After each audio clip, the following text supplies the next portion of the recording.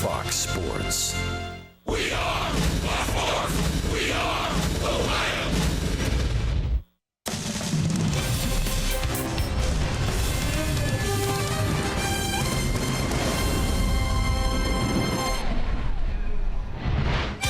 Francisco Lindor has hit 19 home runs this year, most among Major League shortstops, and his teammate Jose Ramirez has hit 23 homers, most among third basemen.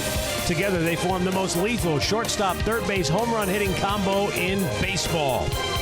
Tonight, they invade the Coliseum in Oakland to take on Jed Lowry and Chris Davis. They've combined for 33 home runs, and the A's are rolling. They've won 9 of 11, but they face an uphill battle in the tough American League West. They're 10.5 back of Houston and 7 games back of the second wild card position.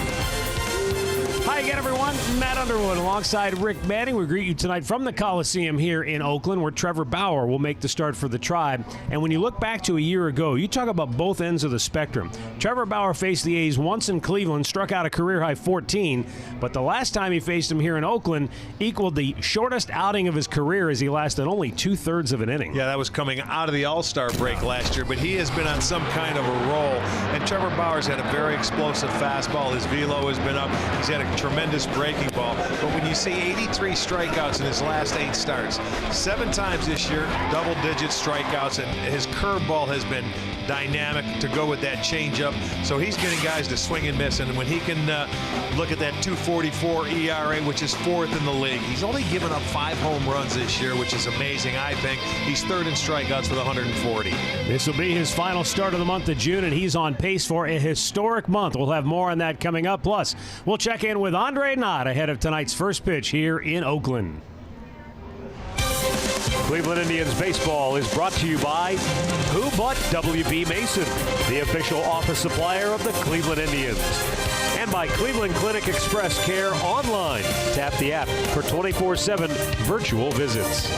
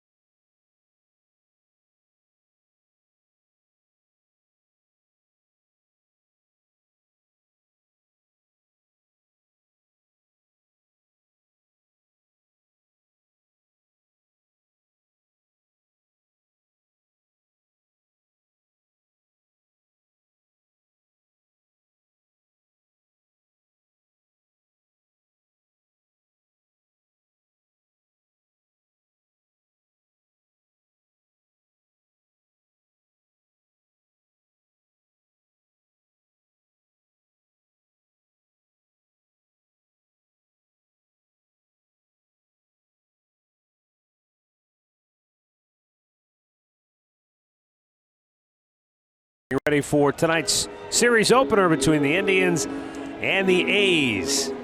Indians come in 44 and 35.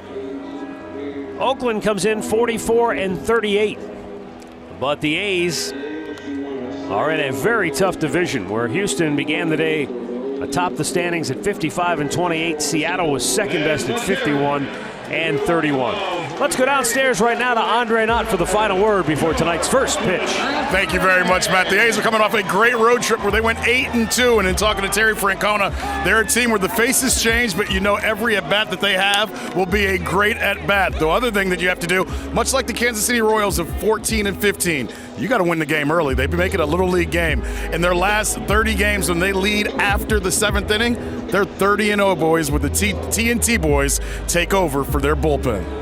All right, thanks a lot, Andre. Oakland wearing their Friday night uniforms. It's a Kelly green jersey and cap. A little different look for the A's. I thought that was a Murphy green, to be honest with you. And let's look at the Northern Ohio Hyundai starting pitcher is going to be Paul Blackburn. Blackburn, you know, has had a rough go of it. He's 1-2 with an 883. He was on the disabled list earlier this year, and he was put on the 60-day DL and came off with a strained right forearm. So he struggled in his last few starts. He won his very first one, but this will be his 5th start of the year. And one time he did pitch against the Indians last year. For Terry Francona and the Indians, the starting lineup brought to you by Progressive Insurance. Francisco Lindor leading it off, followed by Michael Brantley, 8th best in the American League in batting average. Jose Ramirez is 3rd. Then it's Edwin Encarnacion, Yonder Alonso, and Lonnie Chisenhall. Jason Kipnis hits 7th, and Roberto Perez and Tyler Naquin in center field will bat 9th. Let's check out that Oakland defense for you. It's rated 13th in the league. They have made 55 errors. It's Joyce in left, Fowler is in center, but Scotty over and right. On the infield, Lowry is at 3rd, Semien is a shortstop, Barreto is at 2nd, Olsen is at 1st, and Lucroy doing the catching. Lance Barrett will call the balls and strikes. Tony Randazzo is at 1st, John Lipka at 2nd, and the crew chief, Bill Welke, down at 3rd. A beautiful day and evening here in the Bay Area. Yeah, lots of sunshine. Beautiful. It was actually warm by San Francisco Bay Area standards, Oakland standards. It was low 70s. Yeah, when you wake up early in the morning and you see the sunshine early in San Francisco in June, it's a good day. Here we go. Paul Blackburn winds it up, and tonight's first pitch, a low strike. 69 degrees, our game time temperature. Down and in, 1-1, the count on Lindor.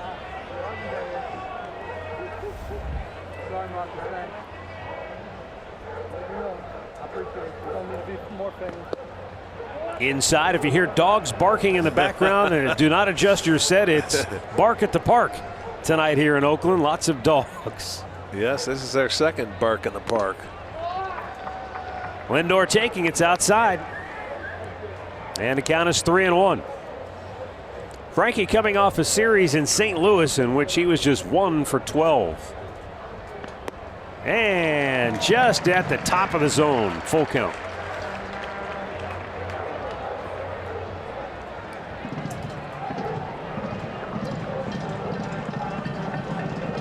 The payoff pitch.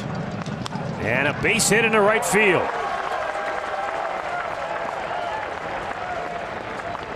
Boy, is that a good sign for the Indians, because when Lindor gets aboard, good things usually happen for this offense. They sure do, and here you go. He goes down to hit that fastball, finds it, gets it in the hole between 1st and 2nd, so they are off and running. Yeah, despite the fact that Lindor's only batted .232 this month, he has scored 21 runs. And he leads the league with 65 runs scored.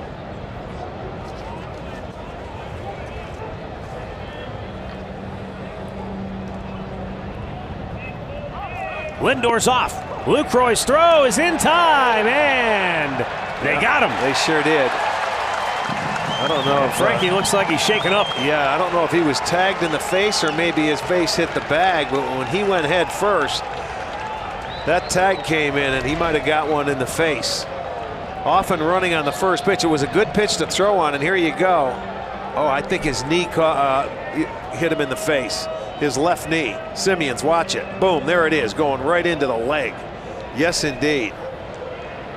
Terry Francona is out talking with the home plate umpire Lance Barrett. And I'm not sure. That got him right in the mouth. Look at him. No challenge coming from the Indians.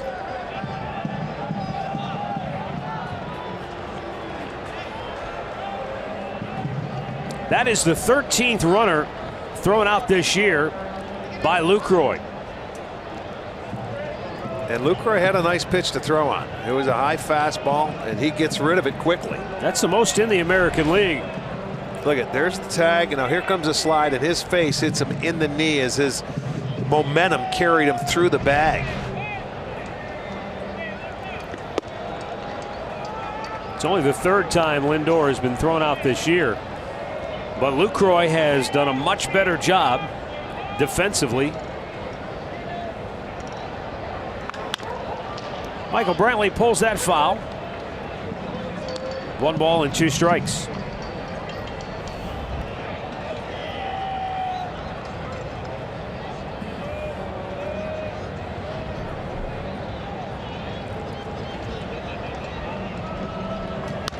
And a foul back. Stays 1-2. Brantley's batting average of .312, 8th best in the American League.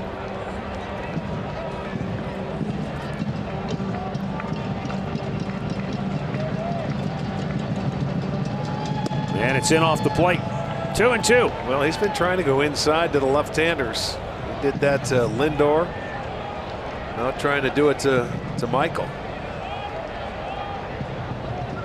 What do you think of the new bright green, the Kelly green? I like them. They're distinctive.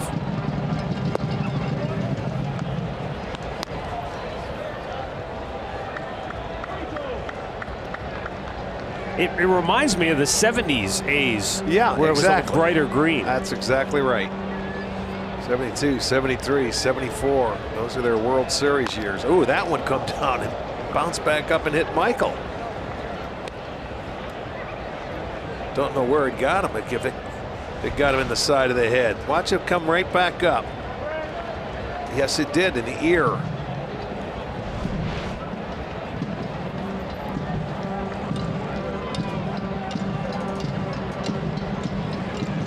Second straight, full count.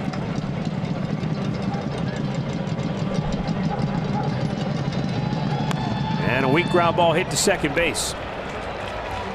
2 down.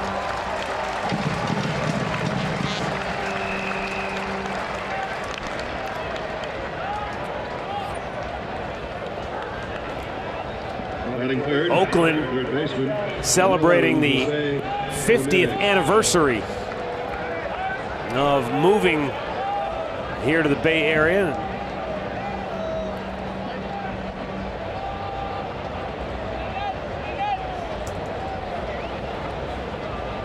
It's actually their 51st season, but they're celebrating the 50th anniversary all season long.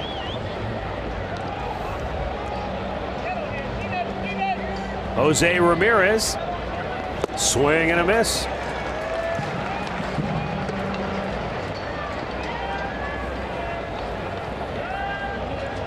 I guess the Giants celebrating 60 years just across the way.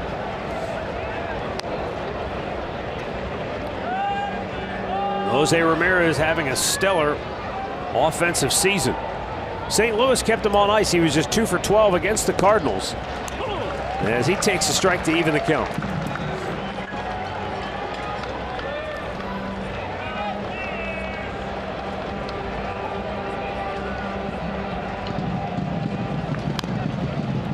The Indians dropped the first 2 games in that series against the Cardinals. They're the only losses they've suffered in their last 10 games.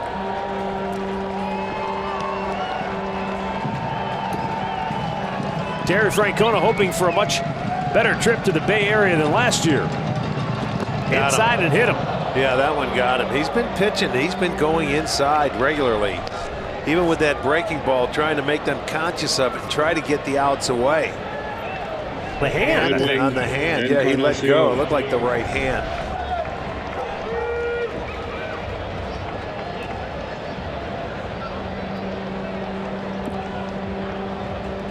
So that'll give Encarnacion an opportunity.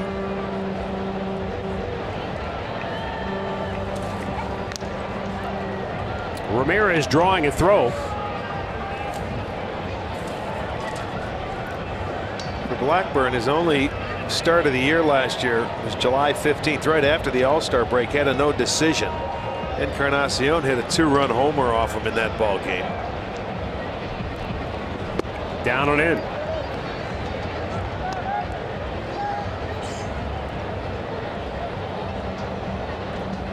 Ten balls, 11 strikes for Blackburn here in the first. Encarnacion tied for 5th in the American League with 54 runs batted in now. And Ramirez once again draws the attention of Blackburn. Well, the way Edwin's been swinging, you're going to stay put and give him a chance to drive you home. You could be in scoring position the way he's swinging it.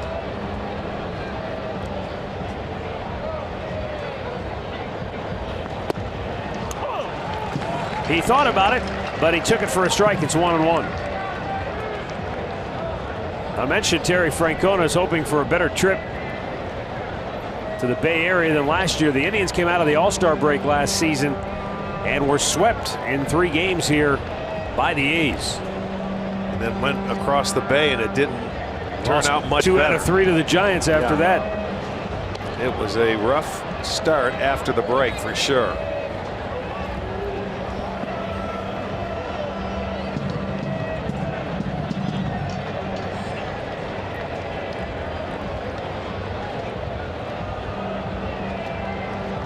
Ramirez is off. The pitch is low, and the throw's in the dirt. And Jose Ramirez has his 14th stolen base of the year. The difference there, he picked the right pitch to run on. It was like an off-speed pitch, a changeup that he has to backhand. He had a very good jump. And by the time Lucroy could get it down there, he was in easily.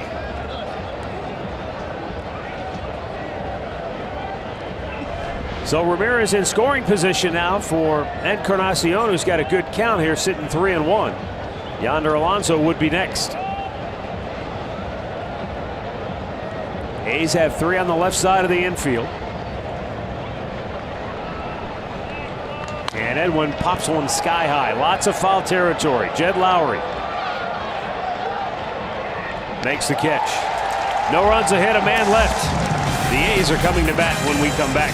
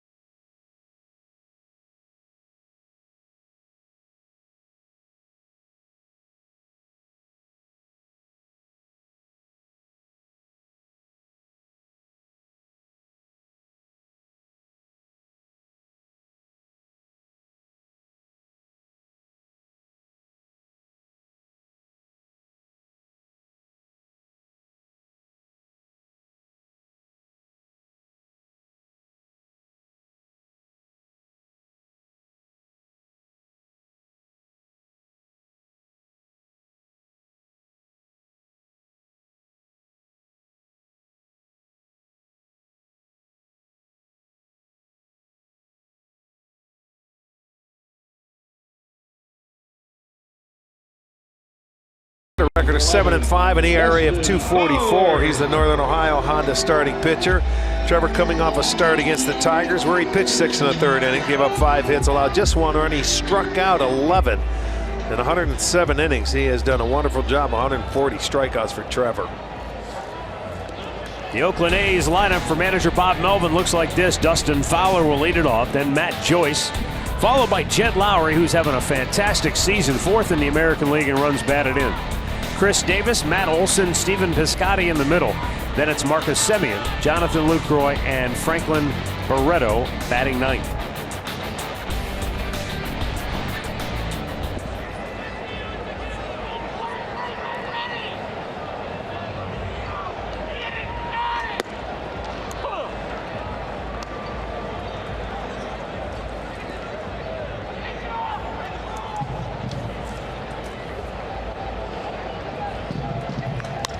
You know, we heard Cody Allen tell Andre recently that when you go to a new park, you want to get out there on the mound, kind of survey the situation. Right. You wonder if certain parks are just different for pitchers in particular, because Trevor Bauer, granted it's only 3 starts, but this has not been a good place for him to pitch. He's 0-2 with an ERA of over 5 here in the Coliseum. I did see that. With all the foul territory and everything, it might seem like you're pitching from second base as opposed to being on the hitter and feel comfortable about it.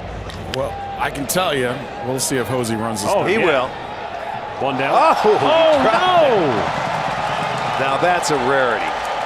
That was a can of corn, and that's going to go as an error. Wow. Well, he may have taken his eye off it. That's all I can see. Either that and he tried for the rebound, but he couldn't get it. And there it is, right off.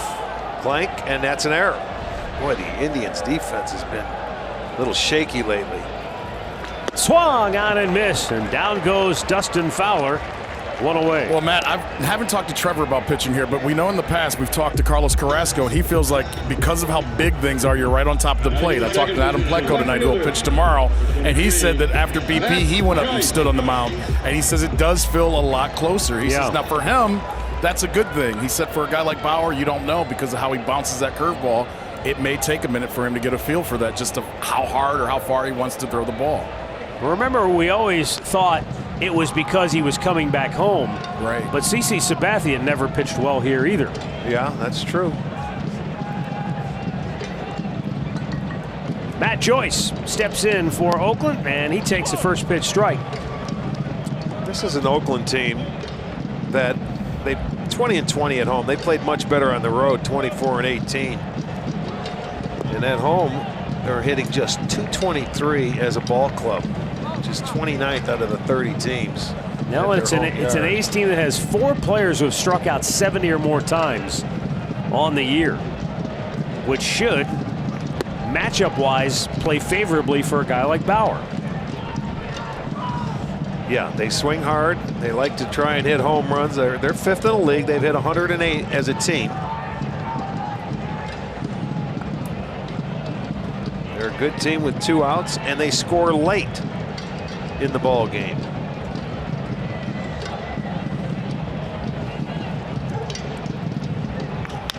Ground ball to first. Routine play here for Yonder Alonso, and we've got 2 down.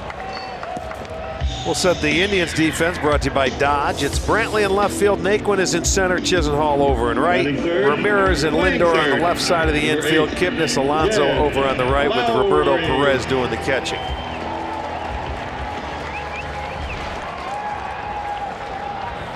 Brings up Jed Lowry. And the switch hitter is hitting .294 on the year. 55 runs batted in, 4th best in the league. And he's tied for 5th with 24 doubles.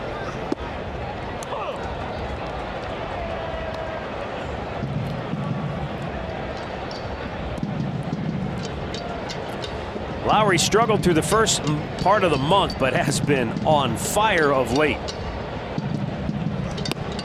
He has 10 doubles in the month of June. That's 2nd most in the American League.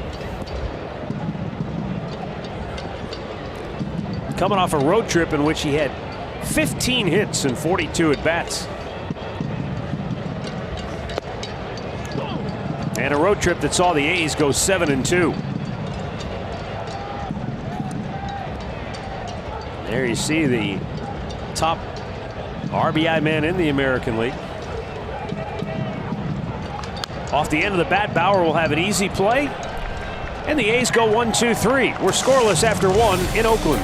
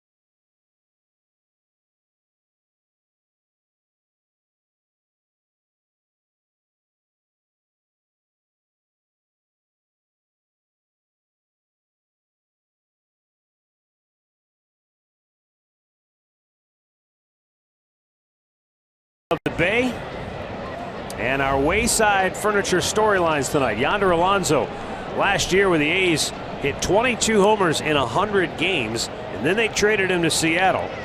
And in 8 games against Oakland, he batted .320 with 3 home runs. Came back to haunt him. Yeah. And the A's also, they can score with 2 outs. You got to finish innings off against these Oakland A's. Yonder with a hit in 5 straight games. And he slugs one right at the shortstop, Marcus Semien, playing with that shift on. Otherwise, that's a clear base hit. Batting 6, right fielder, number 8, Lonnie Chisenhall. Talk about perfectly defensed. Yeah, that's the old Adam ball right there. Not much you can do. Hit it on the nose. Have nothing to show for it. That's all right, though. A good swing. Lonnie Chisenhall takes a fastball inside, and that theme continues. Blackburn trying to pound the left-handers in. Hey, that's a little cutter that he's throwing into the left-handers, like that. 89 to 90, right around there. And boy, he is making a very conscious effort of throwing it in there. Even when you miss his breaking ball, that was a different pitch. That was the slider, but he's still making an effort to get inside.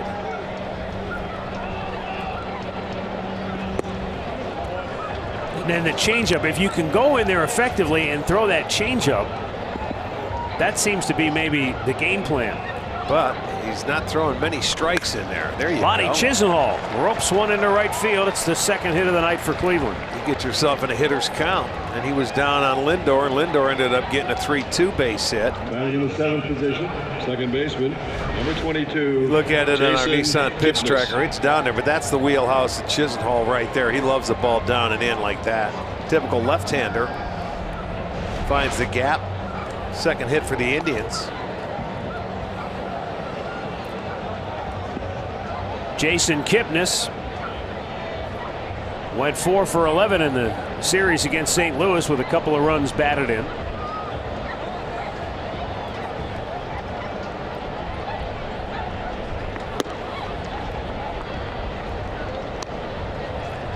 Kipnis easily his best sustained stretch offensively all season long. He's hit .274 in the month of June. Last 10 games, He's hit .371.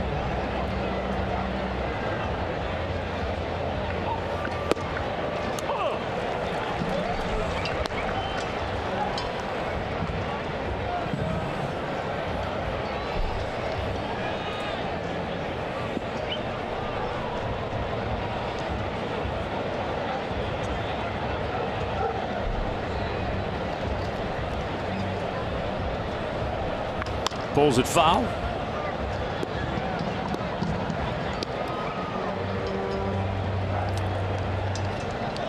This has been a tough place to play for the Indians. Oakland has won 7 of their last 8 at home against Cleveland.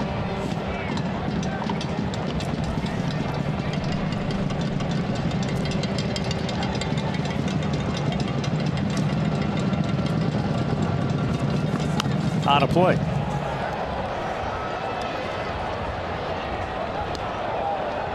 Oakland just seems to play well against the Central Division, man. They're 14-4. And this is the first meeting against the Indians. They're 5-2 against Chicago, 4-0 against Detroit. They just swept them. 5-2 against Kansas City. They've yet to play. This is our first game, and they've yet to play Minnesota. And this is the last team in the West that we have played.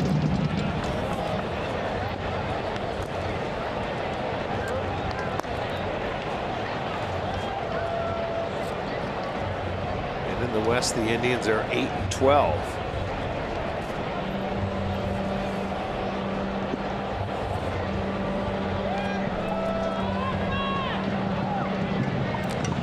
This is the 7th hitter that Blackburn is facing already. 4 3-ball counts.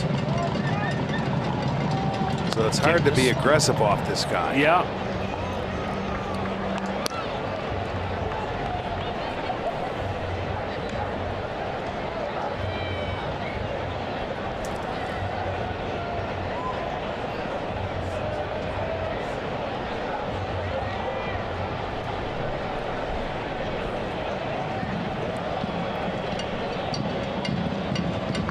Rip fouled on the right side. Good catch. Angels jersey. Number 28 catches it.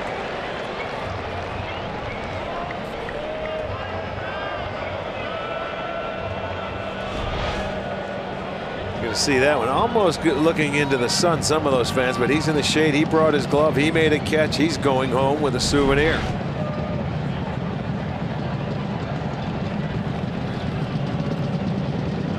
Fouled right back.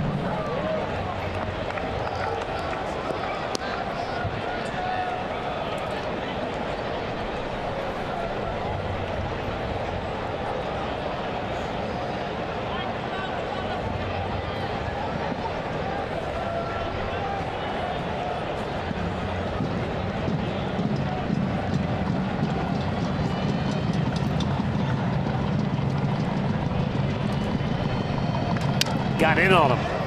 Popped it up. Racing in Piscotty. They won't get there. It's going to drop. And Lonnie Chisenhall makes it to second base. Jason Kipnis might have broken his bat and blooped it into a perfect spot down the right field as he points to Lonnie and says, hey, I've seen you do that a few times.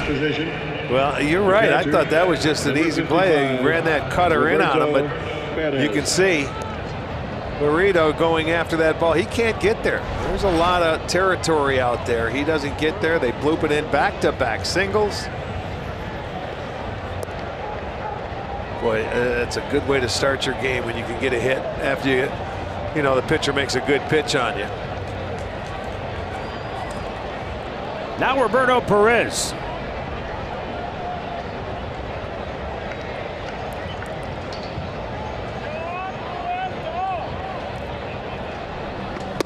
In off the plate. It's ball 1. You heard Andre give the numbers how well Oakland plays when they get the lead late into a game. The Indians are very similar. When they have the lead after 7, the Indians are 40-1. But when it comes to scoring first, the Indians are 32-15 this year.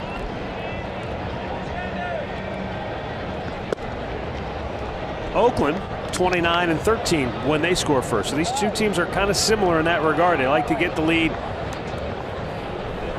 get it to that bullpen, Well, that's the thing. If they're starters, they've used 12 starters this year, you know, and if they get any kind of starting pitching with their bullpen, they could be a dangerous team because they're pretty locked down when you get to 7 innings. Roberto waves at a 2-0 pitch. Yeah, that's that there is guessing to me, where you think you're going to get a fastball, and you know, then you go, I'm swinging, and then you really don't have a good swing, and the count's in your favor. That's where you should, if you don't like the pitch, just take it and look for something a little better.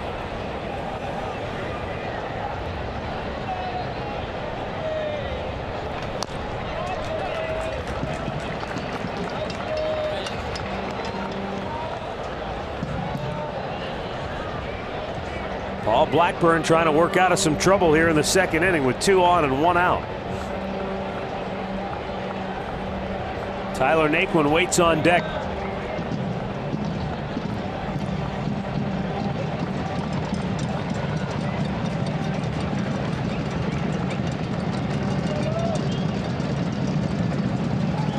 It's low and a good take, full count.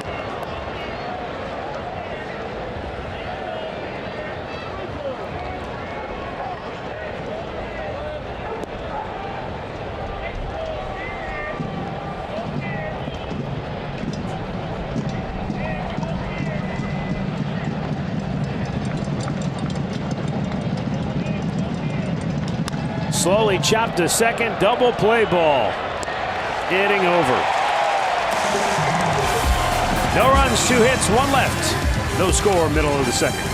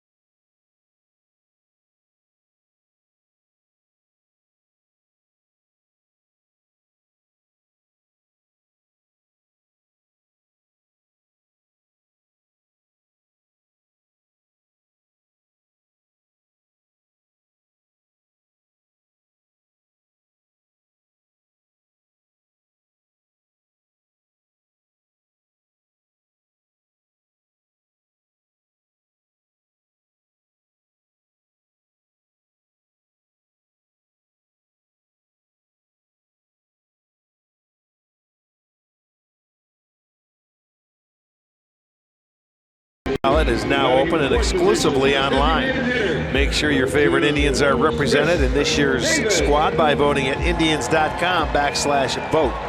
Catch all the excitement of the 89th MLB All-Star Game presented by MasterCard. That'll take place July 17th live on Fox. Bottom of the second inning, Chris Davis will lead off for Oakland. And the A's DH struggling over the last 12 games with just 5 hits and 46 at-bats.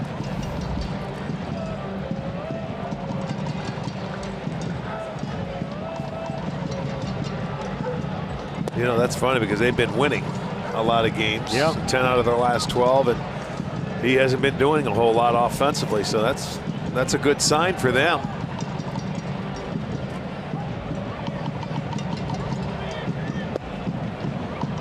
Because this is one guy, he has outstanding power, and he tries to hit a home run every time he goes to the plate. He even says it.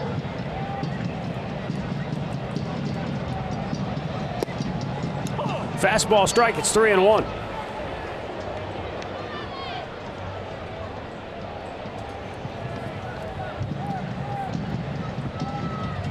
See how Bauer attacks here. Wants to go changeup. Swung on and missed. Good call. Full count. He was sitting dead red. Or was it an off-speed pitch? I mean, a breaking ball. A little slide piece. Tight one.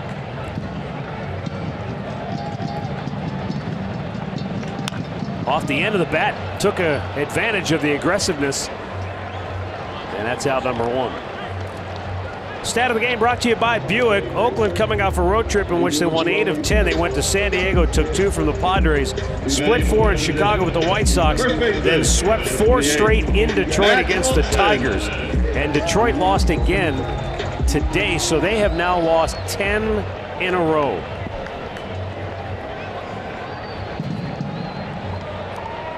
Matt Olson steps to the plate. Left-handed hitter.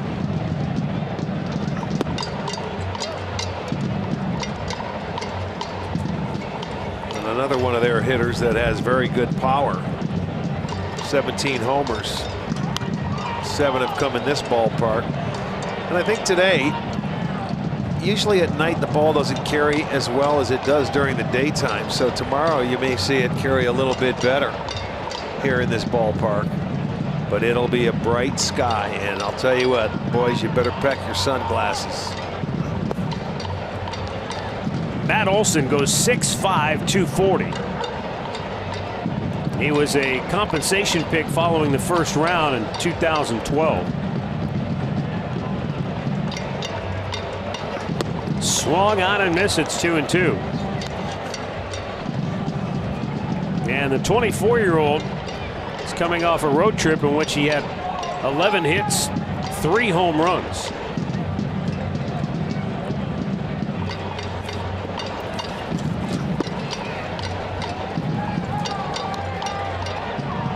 However, he does swing and miss a lot. He leads the A's with 87 strikeouts.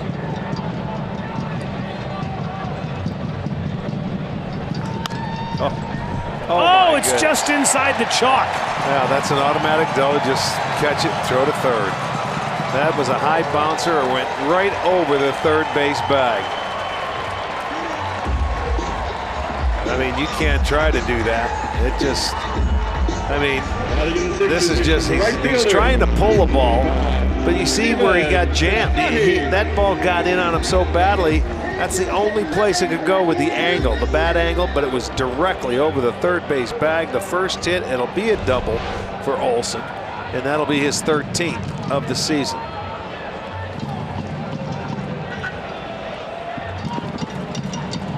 Now Stephen Piscotty, the A's right fielder.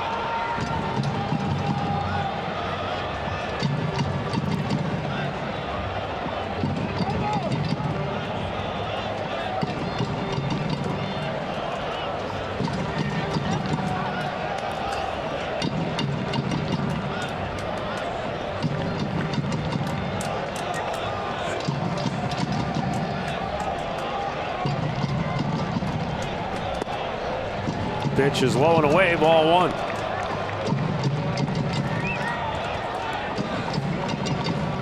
Piscotty has reached safely in 24 of the last 25 games he has played.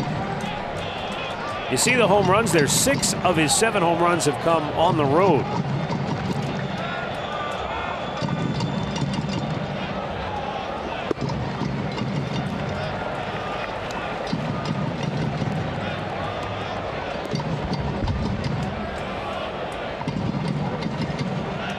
Oh boy. That's cute.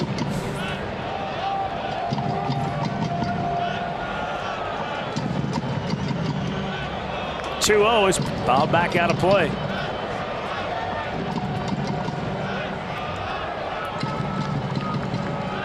Bauer, 28 pitches, 17 of those have been strikes. Bark at the park here in Oakland. Look at that dog wants someone. I bet he gets a bite of it before too long. Either that or he's going to take a bite out of his knee.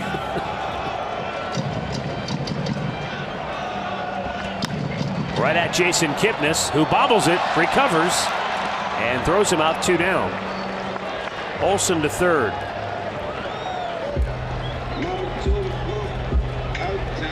So it's still a chance for Bauer to get out of the inning if he can retire Semien. Batting 7, shortstop, number 10, Marcus Semien. Semien is a .333 hitter on the year with runners in scoring position. But overall, batting just .198 in his last 24 games played. Inside, ball 1. Yeah, this is where you want to shut the A's down. Oh, we told you the 164 2-out runs they have scored this year.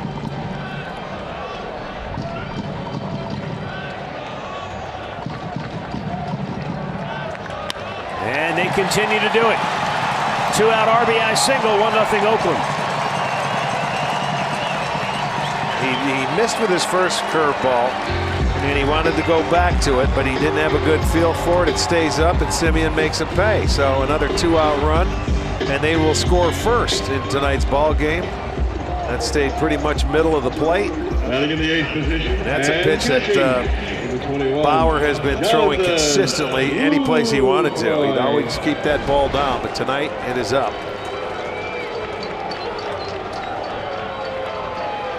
2 down, a runner at first. Jonathan Lucroy to the plate.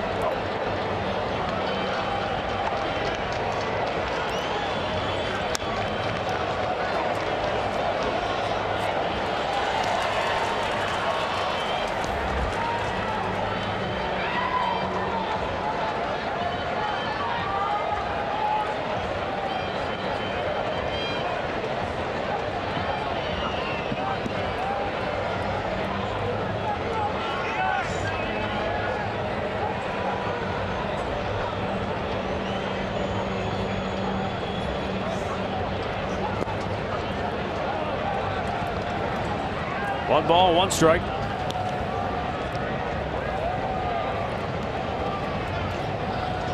Oakland on the board first here tonight.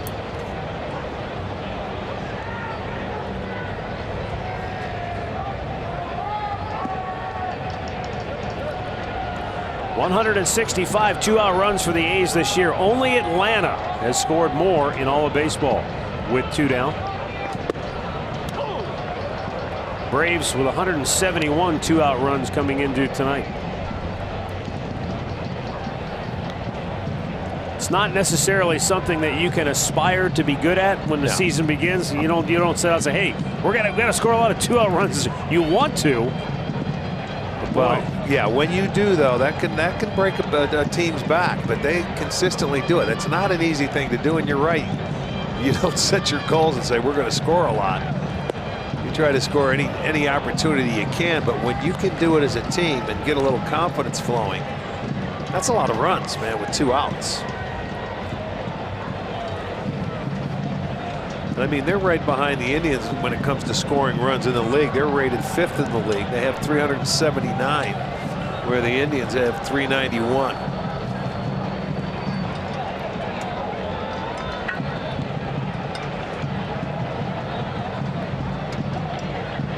That's 46% of their runs on the year with 2 outs. Yeah.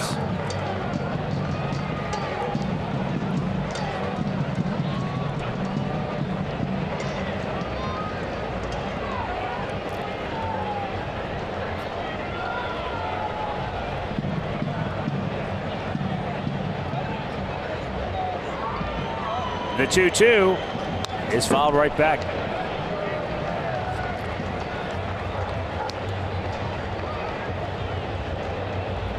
Matt Williams, one-time Indians third baseman, coaching at third for Oakland.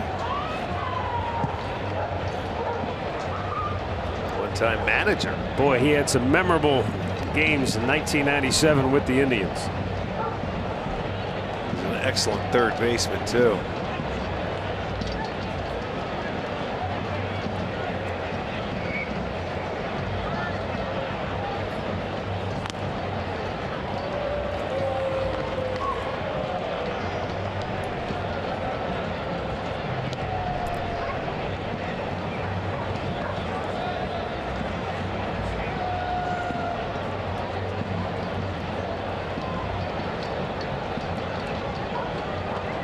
Bauer sets.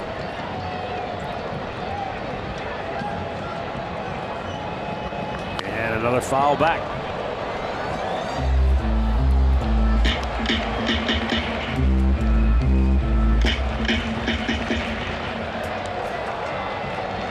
Bauer, swift 1-2-3 first inning. But the pitch is piling up for him here in the second.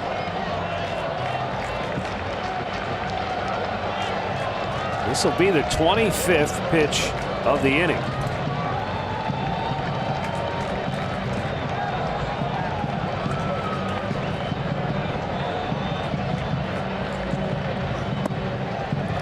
And that's way outside full count. Do you get the sense he's trying to navigate his way through without that curveball, trying to figure out something else? Yeah, he sure is. He sure is. That curveball has been a very special pitch for him. In the first inning, he was ahead of all the hitters. In the second inning, he's falling behind them. You know, he's missing on first pitch strikes, and he's having to have to really try and pitch his way through, and you're going down to the bottom part of the lineup where you should be. And then, of course, hitters are going to foul off some pitches when you get in there. Trevor's a guy, though, he'll figure it out and he'll settle in.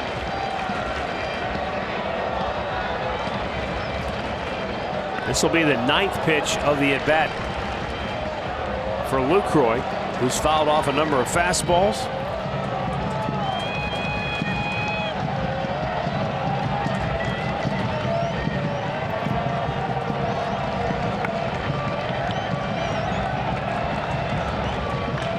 Line to center, Naquin is there, and the inning is over.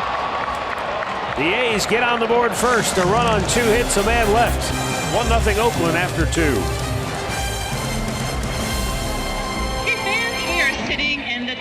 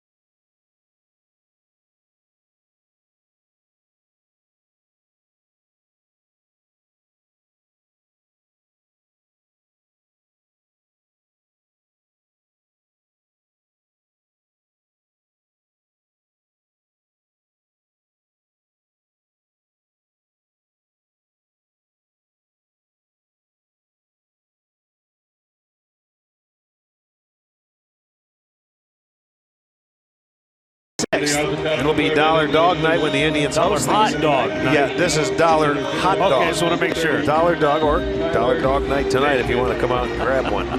They're going to play the A's, and before the game, 21 and older are going to enjoy the pregame out in the district. 10,000 fans will receive a snapback cap courtesy of Subway, and then fireworks to follow that ball game.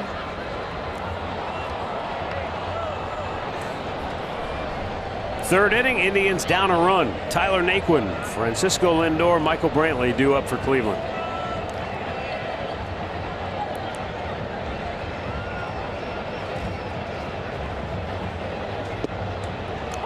Blackburn, first pitch strike, outside corner.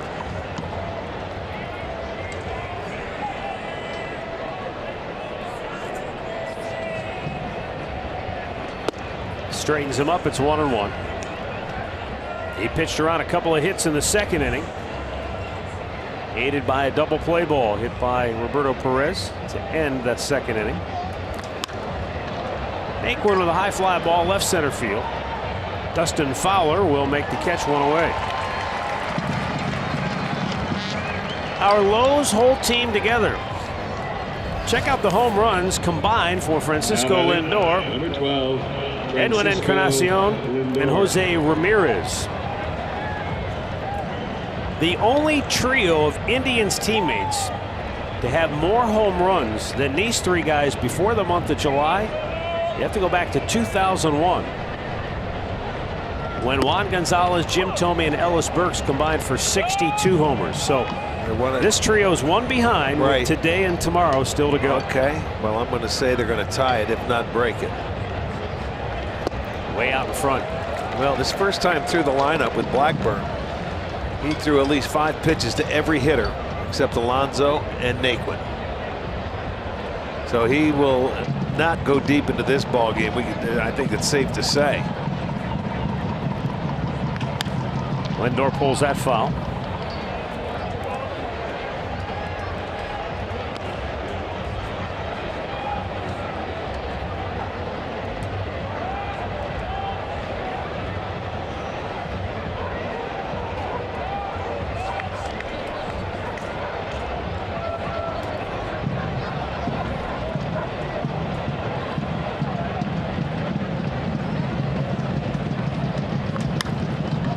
Popped him up. Foul ground. Jed Lowry. 2 down.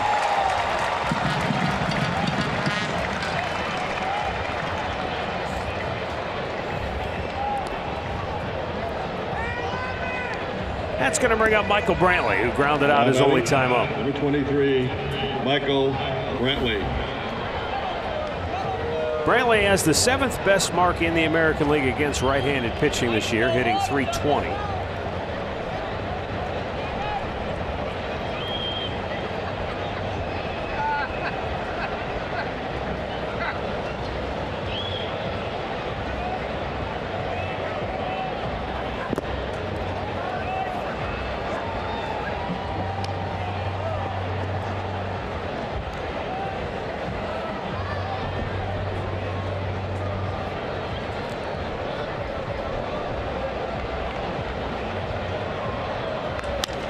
Yanked down the line, just foul.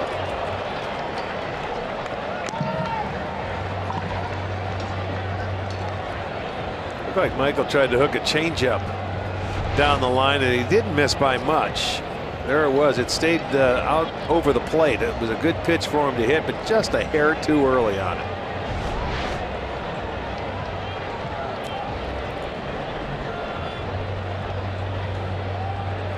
Last remnants of sunshine fading fast here at the Coliseum. Yeah, they got to be sitting in that middle deck and down towards the right field foul pole. That's about it.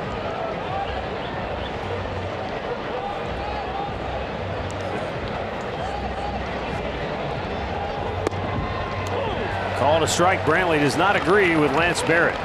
Well, a lot of times that's a tough pitch to get called a strike going in there, because umpires, I mean, they're sitting on that part of the plate. But boy, hitter has to be on it. But did you see where Lucroy brought it back in a little bit? Yeah. He framed it for him. Swung on and missed. Struck him out. Indians go 1-2-3. First strikeout of the game for Blackburn. Hey, fans, it's time for the Oakland Blue Lucky Road giveaway.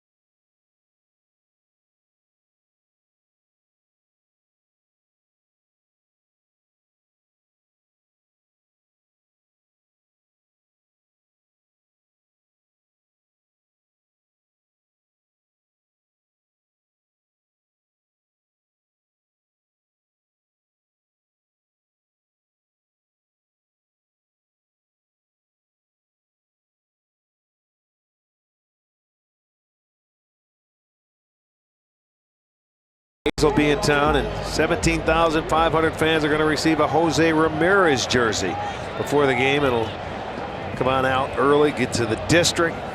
Again, get your tickets at Indians.com.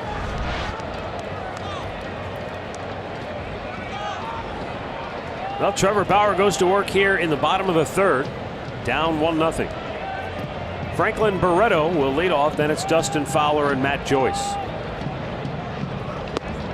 Barreto looks at a high fastball. This is one you want to face Barreto on the year. He's 3 for 22 with the bases empty.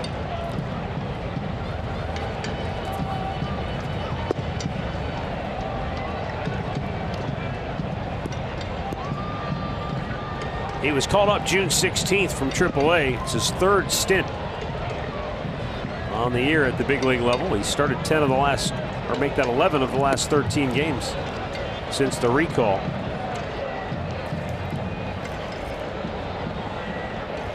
Oakland feels like he is their second baseman of the future. He came over here for Josh Donaldson from Toronto.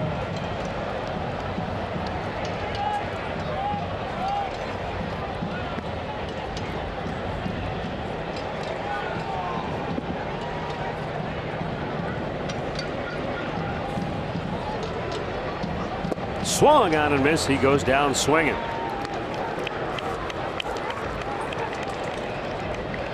Great clip of the game from Wednesday. Shane Bieber was fantastic for the Indians. They needed a big performance from him. He gave it to him, not only pitching, but swinging the bat as well. Yeah, he's done a great job since being up here. Him and Adam Pletko, as a matter of fact.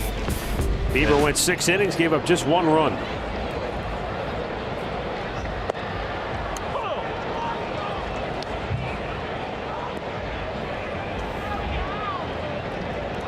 Dustin Fowler struck out his first time up. Yeah, Bauer with just 2 strikeouts to this point.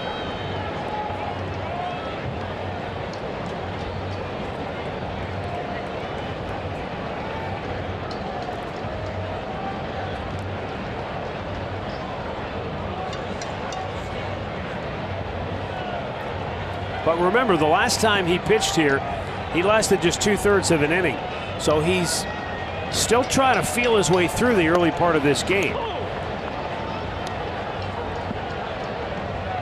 Gave up a run on the second, but even that was kind of a bad break because Olsen,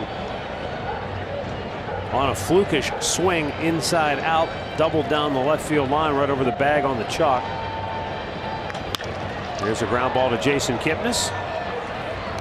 So I think, Arch, it shows sort of the experience of Bauer, and I guess the maturity, if you want to use that expression, of a pitcher who's got the wherewithal now to say, okay, the curveball's not working tonight, but I can figure out a way to get through this lineup. Yeah, navigate your way through. Absolutely, and find a way what you can throw for strikes.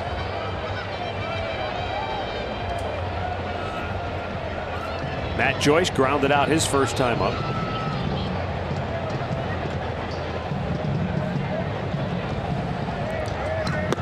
High fastball. I'm going to get rid of our birthdays because it's 3 hours difference. Agnes Patowski is turning 92 from Erie. Hank Annabelle is 89 from Oberlin. And Amela Starb is turning 88. Happy birthday to you all.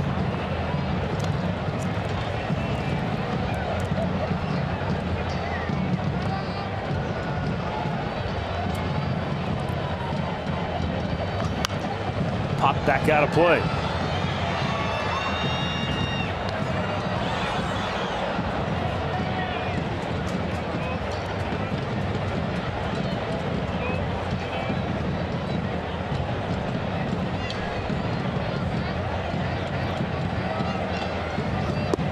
In off the dish.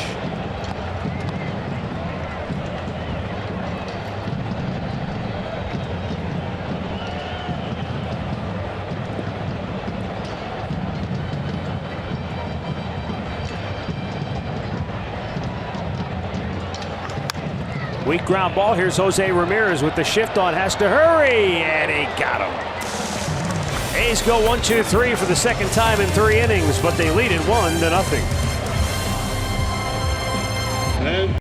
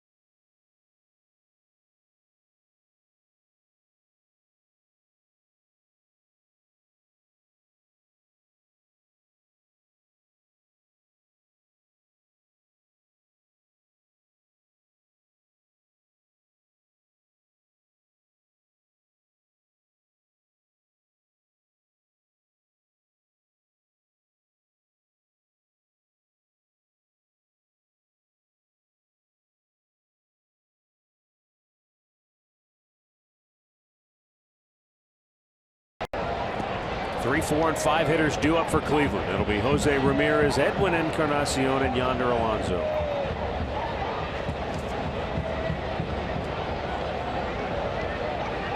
Ramirez hit by a pitch in the first, stole second, but was stranded there. Takes a strike.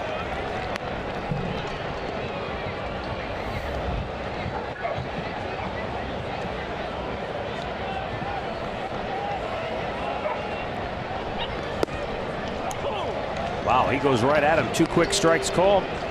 0-2, and Ramirez,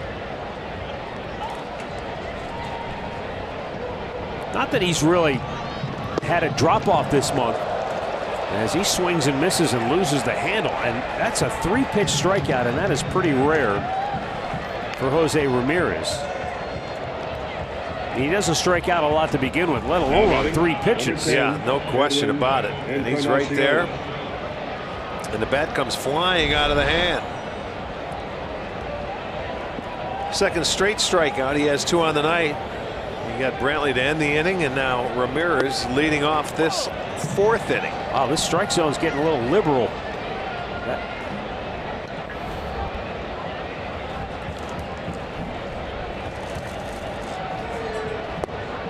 Low and away. 1 ball, 1 strike.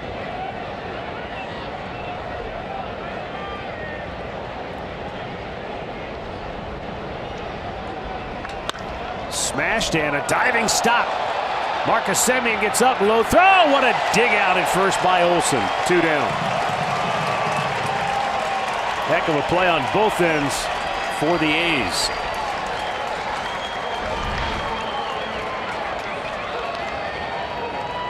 Wow, nice play by Semien just to keep it in range. Boy, he got it off the end of the glove. It didn't go in, and then Olsen on the back end of that picks it cleanly. So a nice 6-3, both by Semien and Olsen. 2 down now for Yonder Alonso. And the former A's first baseman takes the pitch up high.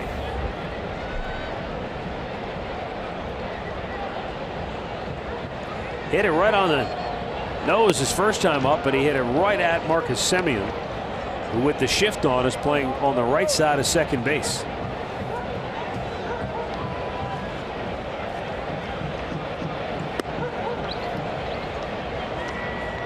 And now interesting with the count going to 3-0, Semien goes to the left side and they throw Jed Lowry, the third baseman, over there.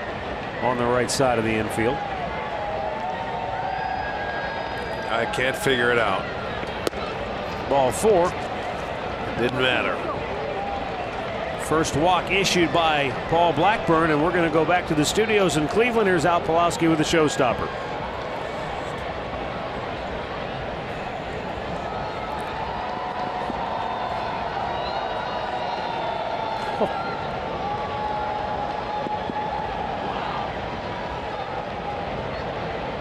Ouch.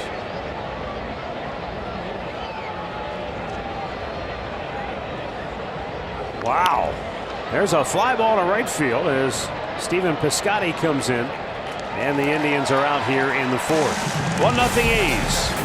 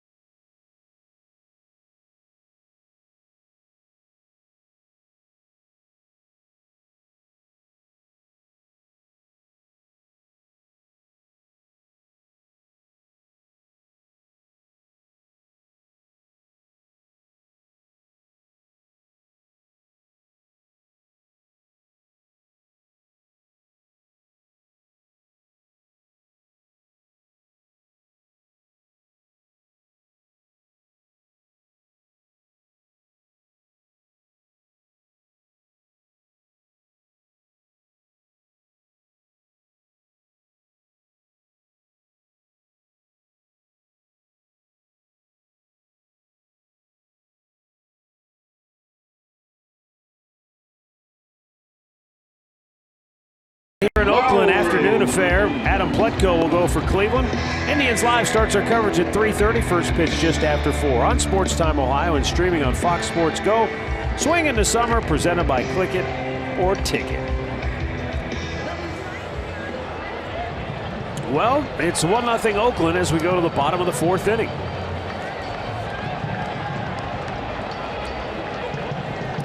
A's got a run on 2 hits in the 2nd inning. That's been it. Trevor Bauer has struck out a pair. Jed Lowry, Chris Davis, Matt Olson for Oakland in the 4th. Lowry hit a weak comebacker to the mound his first time up. Lowry just 1 for 10 in his career against Bauer. High pop, foul ground, a lot of foul territory. We know it's but in play. Ramirez gets there in time. The only issue was the pitcher's mound. You know, everything's in play in this ballpark when it's a foul ball, pretty much. You got the bullpens in play here, and that's the only issue is if you run onto that mound, it can be problematic. I'm telling you, he had to go more than 90 feet to catch that ball. He was inside even with third base. He was out there near the pitcher's mound, so. He's probably 10, 15 rows up at Progressive Field. Yeah, put your running shoes on out here, boys. Now Chris Davis. Looks at a breaking ball, low.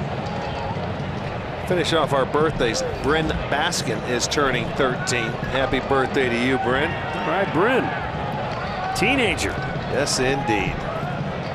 Good luck, Andy. Yes, good luck indeed. He needs all the luck he can get. 2-0, so Bauer fell behind Davis 3-0 first time up. But then he took advantage of Davis's over-aggressive nature. He wanted to hit, and he chased a couple of bad pitches, ended up grounding out weakly. He's 3-0 again.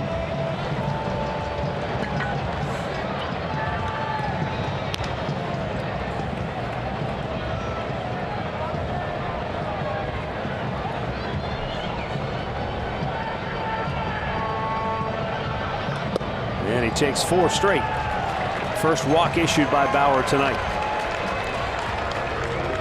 Injury report brought to you by the attorneys at Elk & Elk. Carlos Correa dealing with a back injury is on the 10-day DL for the Astros, who lead the American League Western Division. And Darren O'Day goes down for the Baltimore Orioles with a hamstring injury. Let's go down to Andre. Well, Tyler Olson has completed another bullpen session today. He'll have another Sunday, and then Tito hopes to be able to send him out on a minor league deal. And they hope that he can get back here in the next week, week and a half. Tito thinks he's going to be good because he's been pitching with that tightness in his lat area for a while. Also, Carlos Carrasco will start in Akron tomorrow night. He'll throw 65 to 70 pitches. Hopefully, that'll be the last start he'll have to do down there, and he should be back with the big club after that if it goes well. Well, that's good news for sure. Matt Olson had a healthy cut, but he fouls the pitch back from Bauer.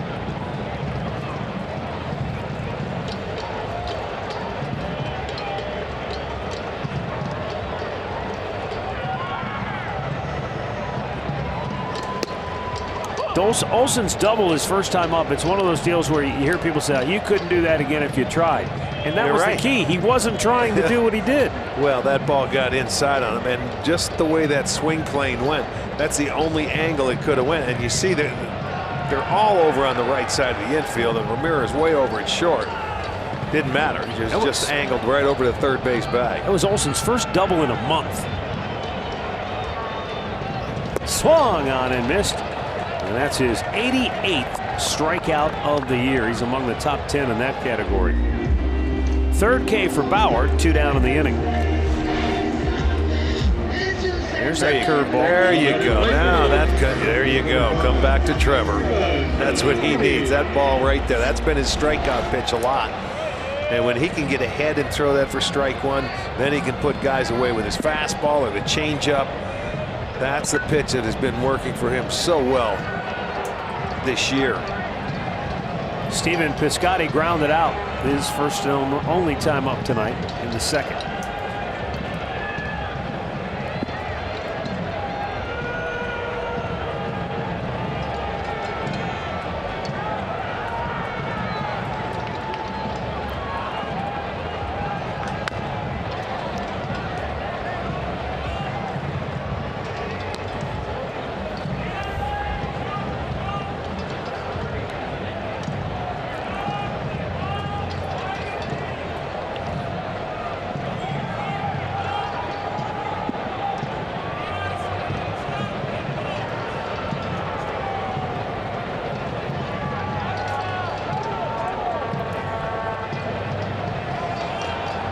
Been a rough day in the American League Central Division. The Minnesota Twins lost 10-6 to the Cubs. The White Sox were drugged by the Rangers 11-3. Tigers lost to Toronto 3-2, their 10th straight loss. Kansas City losing in Seattle, and the Indians are losing here. Mariners lead the Royals 2-0. They're in the 5th in Seattle.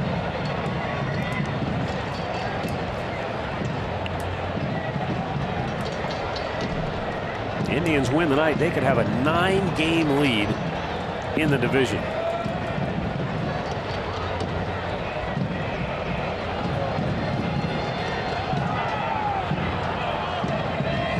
The 0-2 off the end of the bat right to Jason Kipnis. Inning over. 4 complete in Oakland. The A's won. The Indians nothing.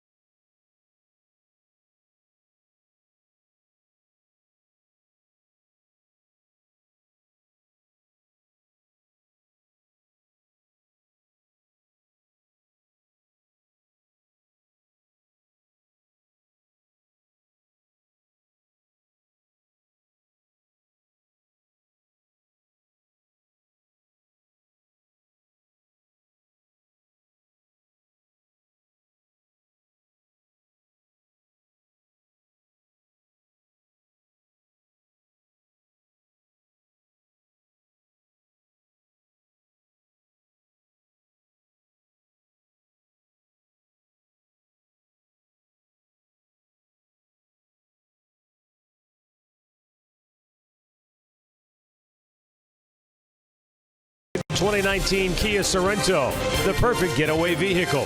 Visit KiaDealers.com to learn more. And by Levin Furniture. For the best deals on furniture and mattresses, shop Levin's.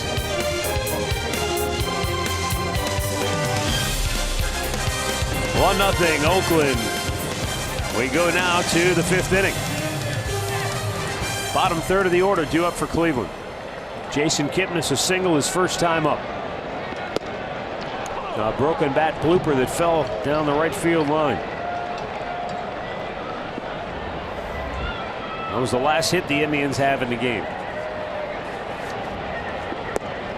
0-2. Paul Blackburn came into this game with an ERA of 8.83 in the 4 starts that he had made. I was going to say, in his last start against the White Sox, he went 5 innings, gave up 8 hits and 6 runs.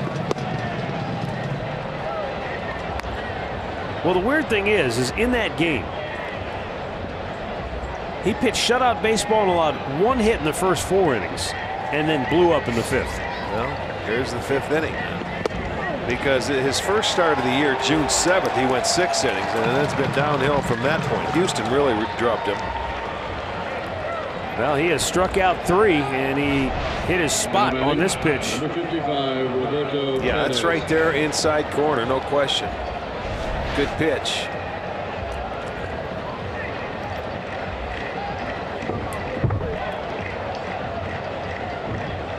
Last year, Blackburn made his debut in both AAA and the major leagues.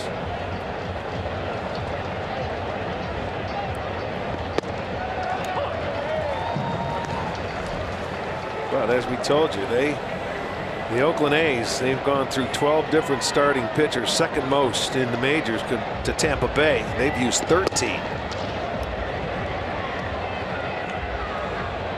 And they've used a total of 25 different pitchers so far, and we're not even at the break yet.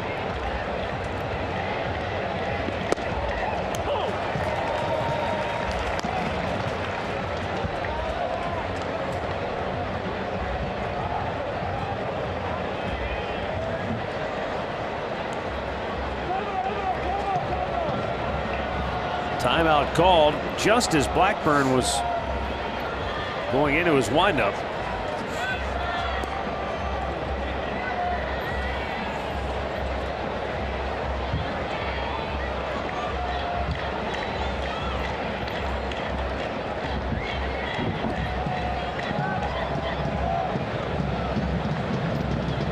Bounced one in there, 2-2.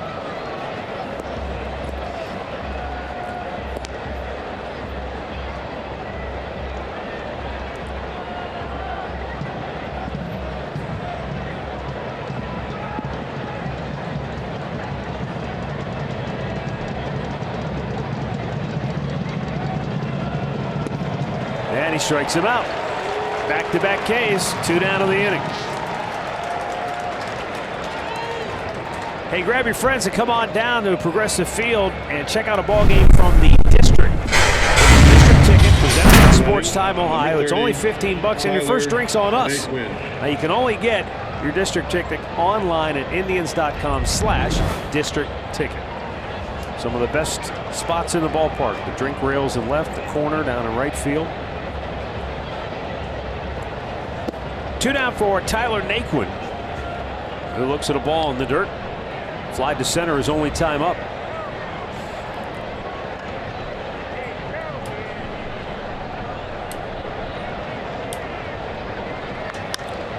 And a fly ball to left. And Paul Blackburn breezes through the 5th inning. The Indians go 1-2-3 for the 2nd time tonight.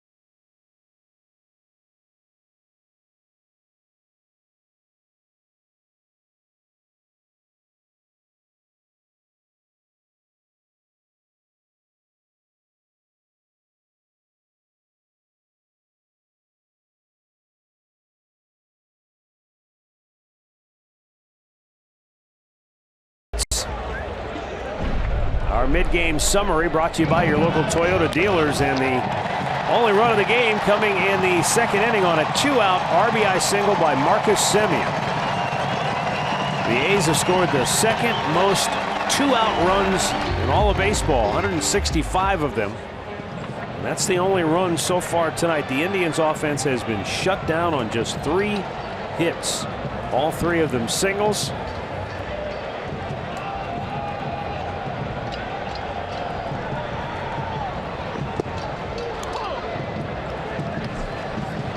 Marcus Semien leading off here in the home half of the 5th.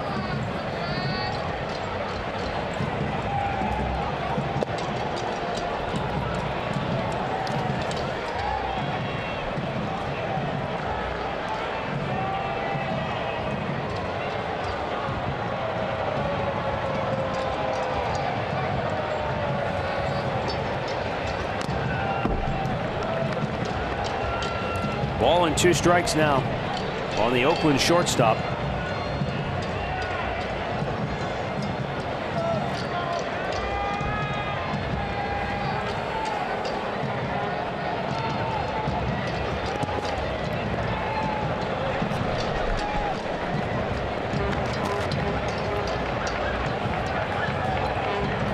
Went with that curveball, but didn't really have a chance at it. It wasn't close enough to swing at.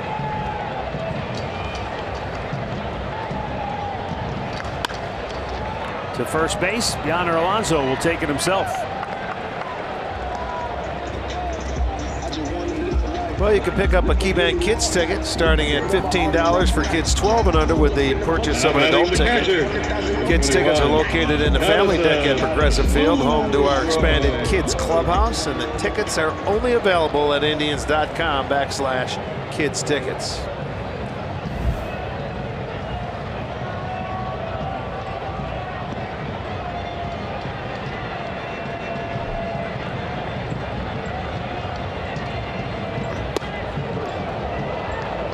Jonathan Lucroy spun out of the way for ball 1. He flied to center his only time up.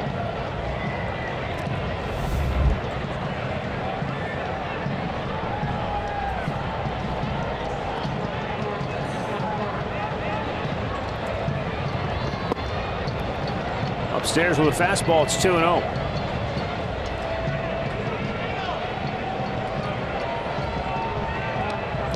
Bauer wants a new baseball. See if that gets him back on track here.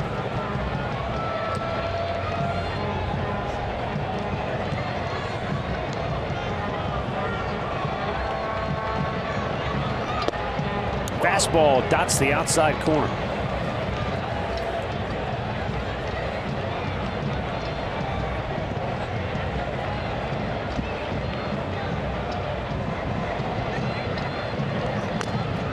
I think you mentioned earlier the Indians caught it, averaging 6 runs a game at home this year, but fewer than 4 runs a game on the road. Right. Oakland is just the opposite, averaging 5.5 runs a game on the road and just a shade over 3.5 runs a game at home. Amazing how that works.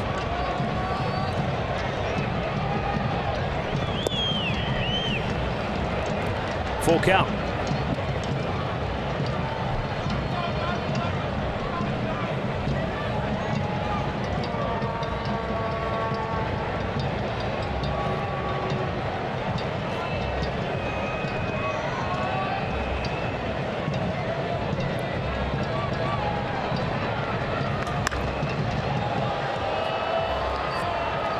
He did in his last at-bat is foul off some pitches to make Trevor work at getting him out.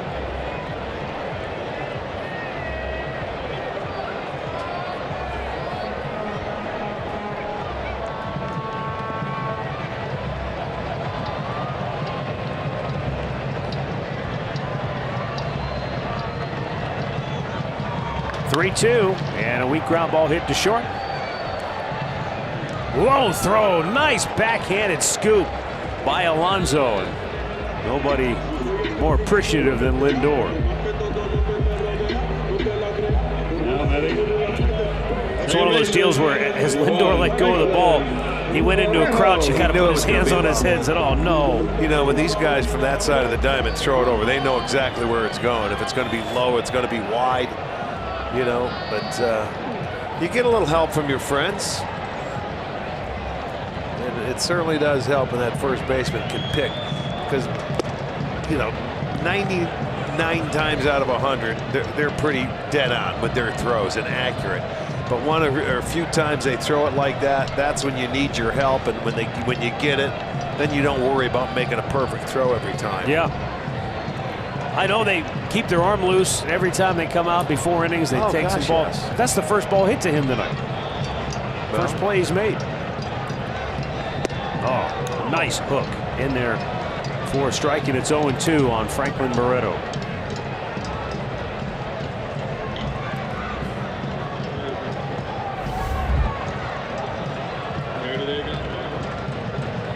Two-strike pitch, swung on and missed. Trevor Bauer with his 4th strikeout. And the A's go 1-2-3 for the 3rd time in 5 innings. Yeah.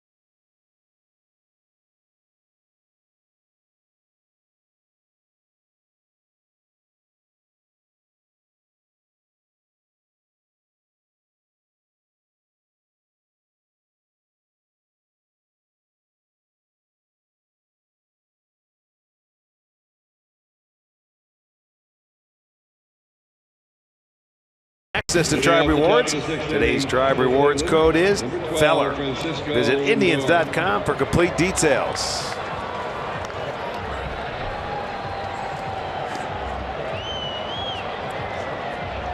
Francisco Lindor, Michael Brantley, Jose Ramirez to bat for the Indians here in the 6th. Yeah, you want to remind that Indians offense that these A's are 30-0 when they are leading after 7 innings. So it's getting late. Blackburn's gone 5 already and only 3 hits. They really haven't been able to do anything with him. And Frankie led the game off with a base hit, thinking that, okay, here we go. He was thrown out trying to steal a base. Hurt himself in the process, or at least slid into a knee. Well, if you're looking for answers as to why the Indians struggle when they come to Oakland to play the A's, in their last 10 games, they've scored 3 runs or less every time.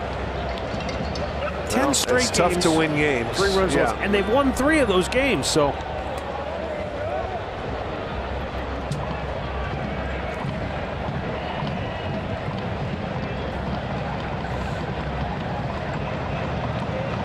swung on and missed. Blackburn with his 5th strikeout, and he seems to be getting better as the game goes on. He has retired 11 of the last 12. Now batting, number 23, Michael Brantley. T-Mobile, hats off to heroes. Ted Williams served in the Navy and the Marines in World War II, 1943 to 45. He missed some some time when he served in Korea as well. One of the best hitters, if not the best hitter in baseball history. You'll get arguments from the old time. I mean, there have been a lot of great hitters. Hard to quantify and say who's the best because different eras. Yeah, Ty Cobb, Hannes Wagner, Rogers Hornsby. Yeah, well, it's generational. It's tough to to move on. But the players back then said he was the greatest hitter in their time, and you got to believe that. Jose Ramirez hit by a pitch in the first, struck out in the fourth.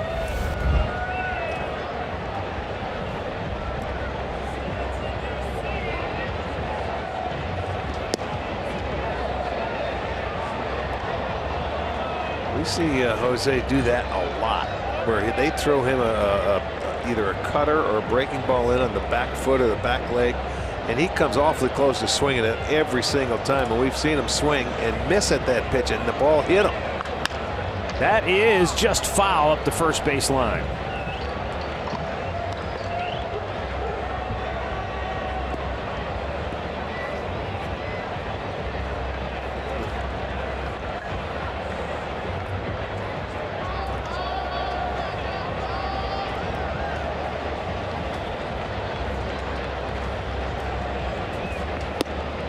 And that pitch just missed upstairs. 2-2. 1-0 Oakland. We're in the sixth.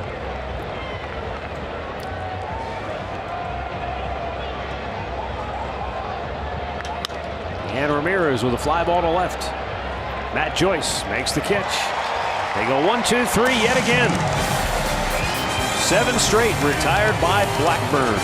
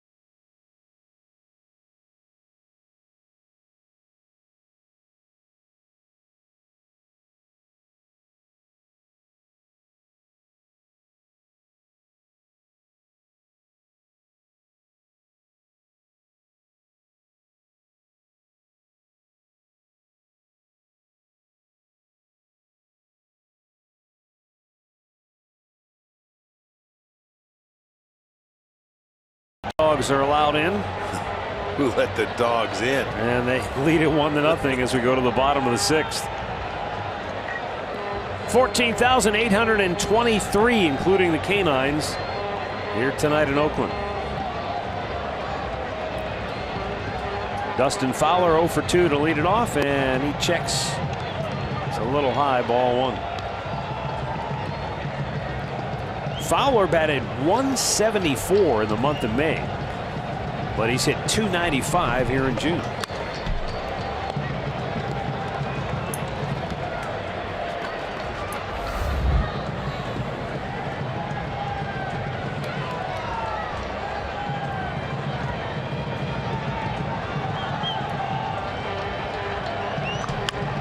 Weak ground ball hit towards Jason Kipnis, and he'll take care of that one away. Well, Trevor Bauer's only given up 2 hits. They came in the span of 3 batters and accounted for the game's only run. Other than that, he's really been able to work his way through it. He sure has. He has a lot of ground balls, and I mean some weak ground balls. Even though it's not a strikeout night for him, he's only walked 1. And you're right, the 2 hits that they got back in that second inning, the 1 double, it was a fluke because he made a good pitch and got inside, but he hung a breaking ball for the RBI single, and that was a mistake. That's the only one. So offensively, he's going to need a little help, that's all. And they're going to get some guys up and throwing in that Oakland bullpen as they'll head to the 7th after we finish off this 6th.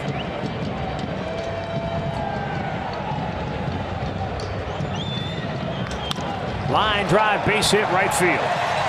And the hits are now even at 3 apiece as Matt Joyce has just his 4th hit in his last 17 at bats. Good fastball. It's down, but it's middle. Joyce takes advantage of it, so he stops the string. Well, he did have a 1-out walk in the 4th. Ryan Buchter getting loose in the Oakland bullpen. At least he was. He's hiding on us. Jed Lowry 0 for 2. This is one of the last parks where they really don't have a bullpen.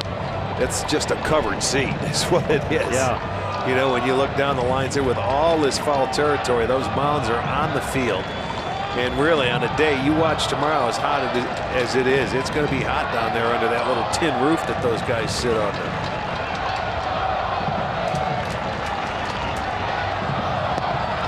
Good pitch. Curveball outside corner. Lowry doesn't like it, but hey, both guys, both sides, both teams, the strike zone's been wide all night long. You can't be complaining 3rd time through the order. It's been like it all night. That is out, and you're right, he has called it both ways. I understand the frustration, but it is. As a hitter, you get frustrated when he makes a call and you know it's not a strike. I mean, you just know it. But the way you have to look at it is, as long as it's not the 3rd one, you know, where you at least have a chance to swing that for strike 3. But what you do as a hitter, you're afraid to take a pitch that's that far off because you don't want to get rung up. And that happened to Michael Brantley. Yes, it did. In his 2nd at bat.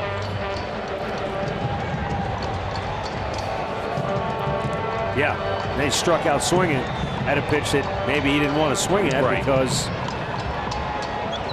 And Lowry ends up with the same result. Runner goes on the ball in the dirt. Very heads up, although there are 2 down in the inning now. Matt Joyce puts himself into scoring position, though. You know what? He was going, seeing that ball was going to be in the dirt. And I'll tell you, it was a good job of base running by Joyce because you'll see that ball go way out in front of home plate. And that's going to be a wild pitch. 5th strikeout for Trevor Bauer. 2 down in the inning, and Chris Davis the batter. Davis grounded out in the 2nd inning. He walked in the 4th. He's had 2 interesting at-bats. Both times, Bauer's been 3-0 against him. Came back, ran the count full, and got him to ground out weakly in the 2nd. But in the 4th, he never threw him a strike. It was 4 straight, and he took the walk. And he yanks this one to left. Fair ball, 2-0 Oakland.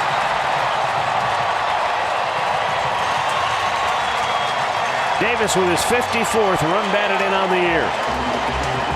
Both pitches, both 2-out hits to drive in a run have come on the same pitch and pretty much the same location. This is going to be maybe even higher and a little more in than the one that Semien got back in the 2nd. But again, another 2-out run for Oakland, and they make it a 2-0 lead. It's funny how that wild pitch ended up paying dividends for Oakland. And Matt Olson the batter. He takes a fastball for a strike.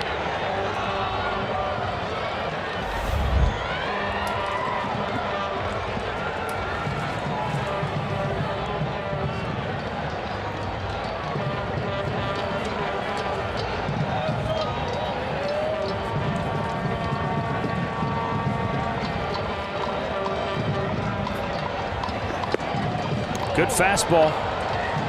Paints the inside corner, and it's 0-2. Ricky Eck and Raleigh like what they're seeing so far tonight.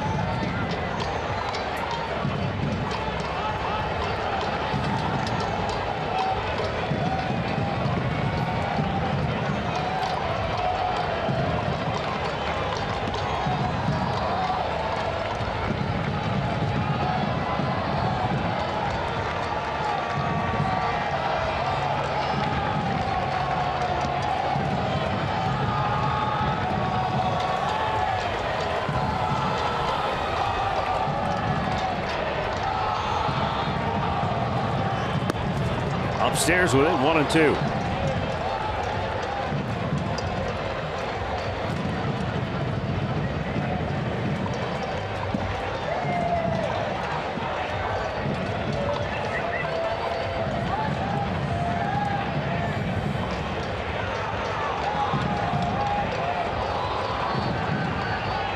Bauer with the 1-2 on the way to Olsen. In the dirt, couldn't get him to chase. See the two RBI singles. Watch the curveball. Here's the Simeon. That one was middle. Now the one to Davis is going to be in a little bit more, but right into his wheelhouse, and you can see where he was able to pull that ball. So two hanging curveballs that Trevor usually he does not hang.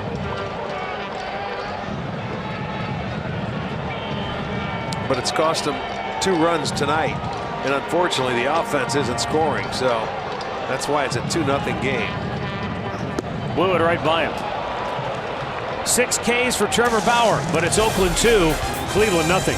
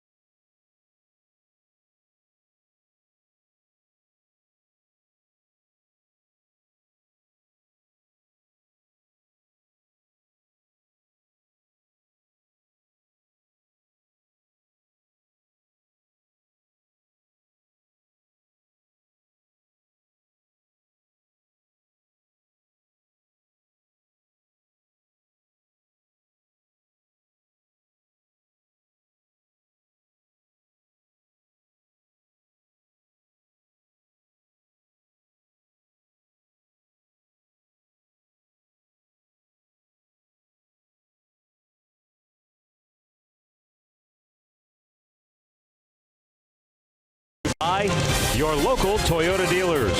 Visit buyatoyota.com. Toyota, let's go places. And by the injury lawyers at Elk & Elk. Proud partners of the Cleveland Indians. Call 1-800-ELK, Ohio.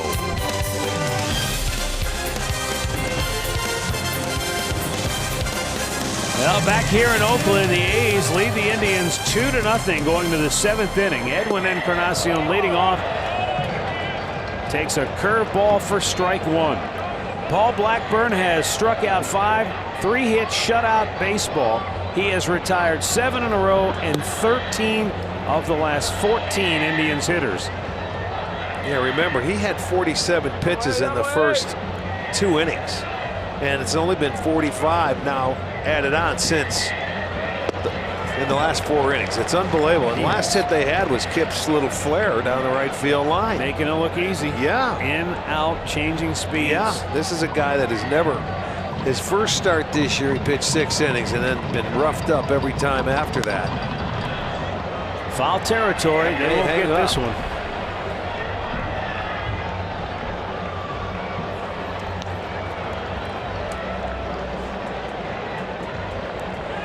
They have the lefty warming up in that bullpen, and there's a string of them coming up after Encarnacion. You have Alonso, Chisenhall, and Kipnis. So he may be on for just this one hitter. He did not go. It's 2-2.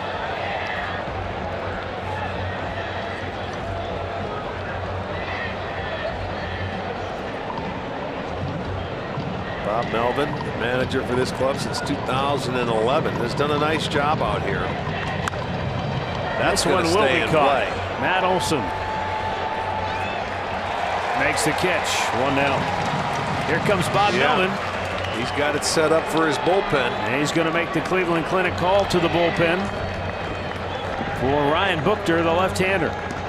What an outing for Paul Blackburn. 6 in the third, shutout innings on just 3 hits here tonight. They will bark with applause here in Oakland.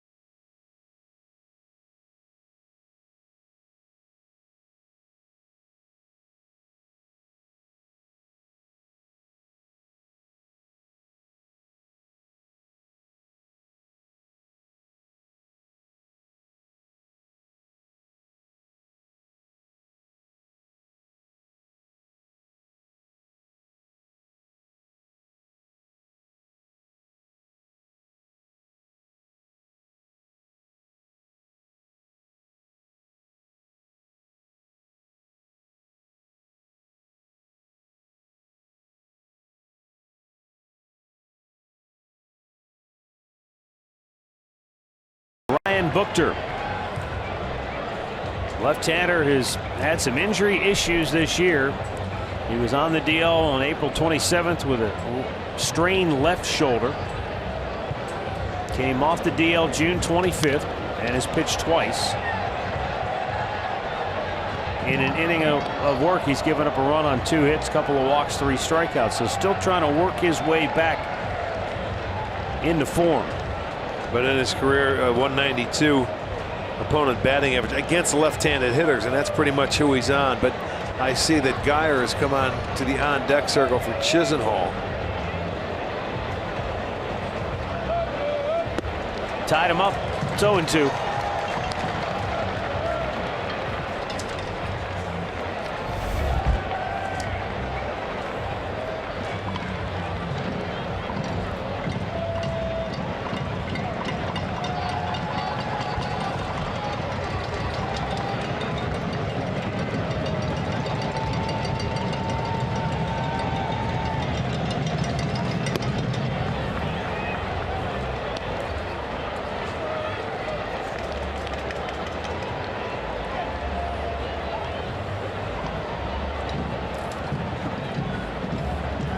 There's Brandon Geyer. The 1-2 down in the dirt.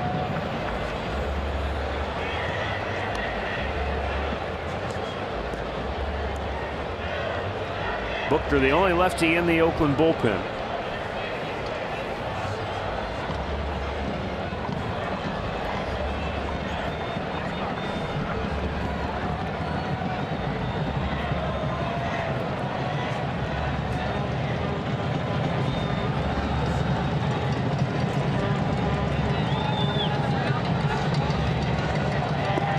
Lays off. It's low again. Full count.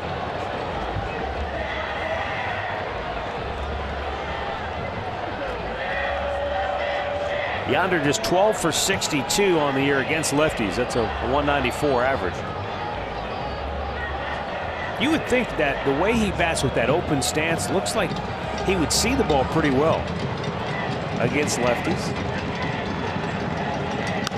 Popped him up.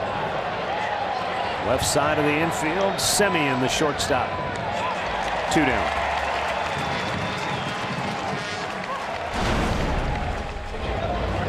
Well, Blackburn tonight, there's a changeup. He was throwing cutters in. His first time through, he really made a conscious effort to go inside to the left-handers. But then he mixed in his curveball, his cutter, and a lot of different things.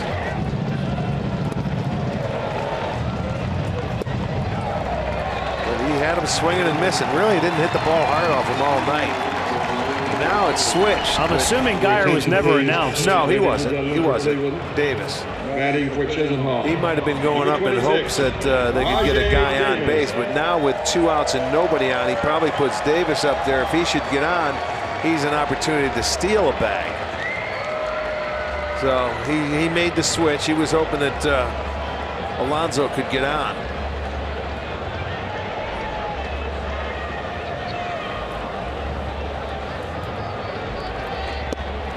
Rajay takes it's up high, ball 1. As a pinch hitter this year, Rajay Davis is 3 for 7.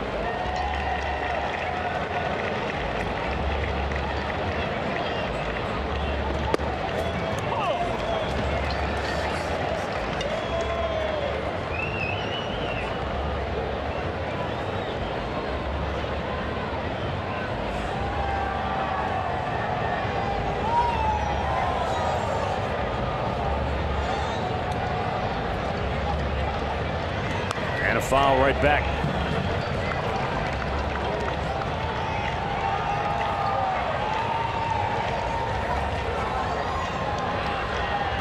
There are a lot of places that Rajay Davis, when he shows up, say, "I played here." Yeah, that's right.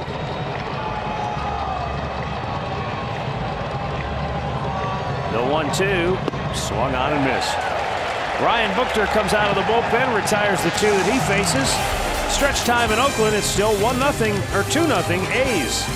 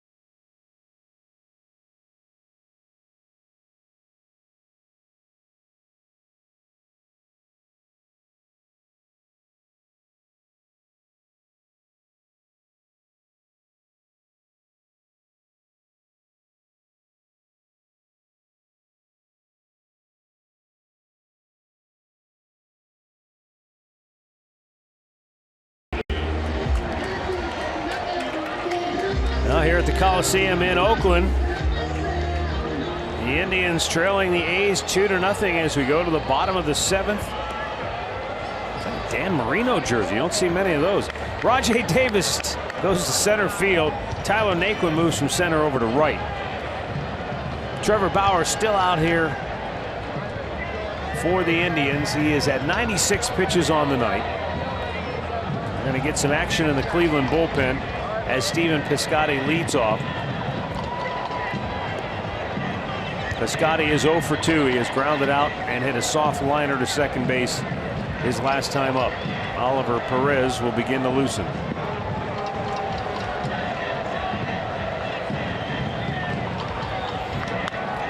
High pop-up, shallow right. And Naquin slides, doesn't make the play. The ball's fair and into second base. And now the ball gets away. And holding right there is Piscotty with a double. Boy, Trevor Bauer has certainly been the victim of some bad breaks here tonight. Well, that ball was up there for a long time. Alonso wasn't going to get there. You see Kipnis, he doesn't get there. I guess Tyler had to, make the call for it, and he slides. He had a longer way to go. Now batting shortstop, number 10. There you'll see it go up, Simeon. and it comes down a double, much like Kipnis's ball did earlier. So the leadoff double. Marcus Semien, the batter. See how the A's play this. Are they playing for one? Try to run him over, get him in? I don't think they know how to play for one. I really don't. They just, doesn't matter where you're hitting in a lineup, you swing.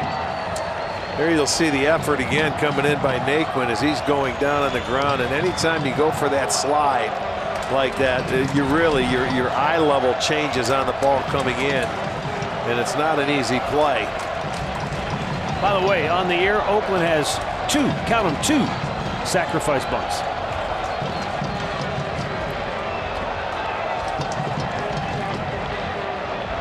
Inside.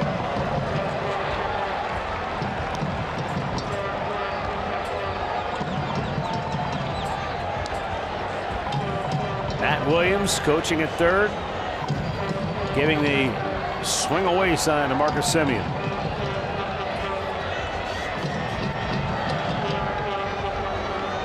This is Semien's specialty. And he's going to do it again, maybe. Well, he won't get him home. He got the hit, so the average goes up yet again. That's his second hit of the night with a runner in scoring position. Piscotty, he didn't get a read on it, and he held up at third. But now the A's have runners at the corners with nobody out. Yeah, with nobody out, you just can't take your chance of taking off. You have a 2-run lead, and you see he looks, he thinks it's going to drop, and he knows, but you move up one base. That's all right. First and third is if you're the A's. You got a little rally going now, and a chance to really open this one up.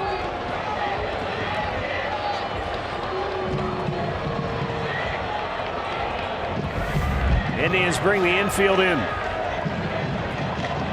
Though not all the way in, because Piscotty does not possess great speed at third.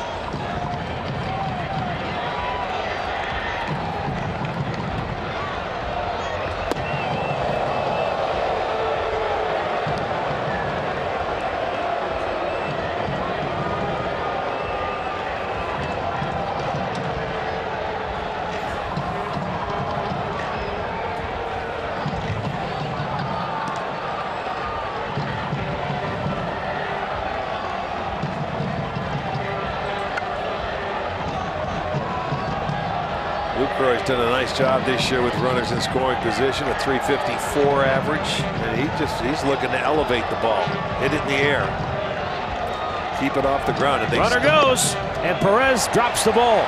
It's another stolen base. Number 7 for Marcus Semien. And I'll tell you, even though they get that stolen base, I don't think Perez was throwing through, to be honest with you. But he dropped the ball anyway, so you'll never know.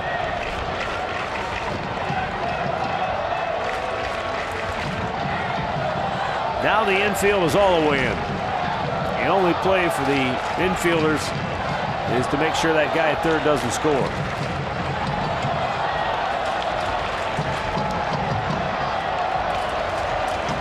This is going to be a tough at-bat for Trevor because Lucroy finds a way to put the bat on the ball.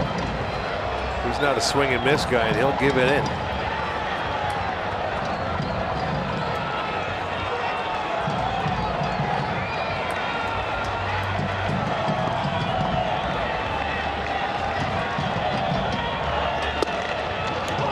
fastball and a strike.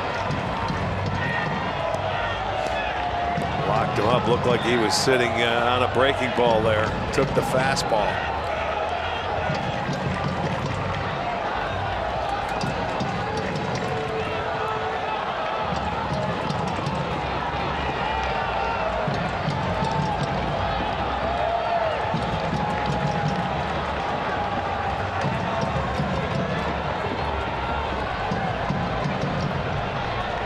Swung out and missed. Hey, Good struck him job. out, and that was a big one for Bauer, and he knows it because he let out a roar when he got the swing and miss for his 7th strikeout of the night. Let's watch the sequence. He takes the fastball, so that tells me he was looking for the breaking ball. He moves him back right there.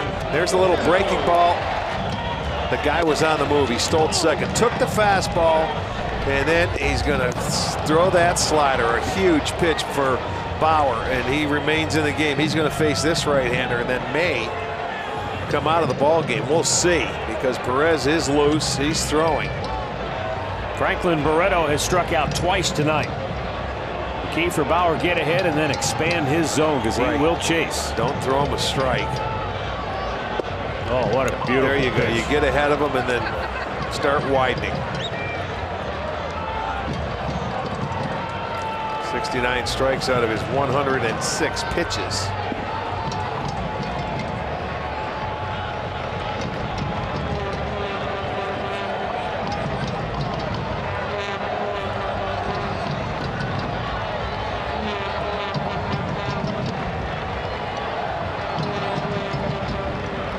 Oh, another good curveball. It's 0-2. Now the only thing you got to be careful of is that ball in the dirt if you're Roberto Perez,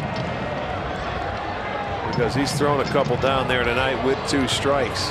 Try and get the swing and miss, but he did throw him actually 2 pretty good curveballs that stayed in the strike zone.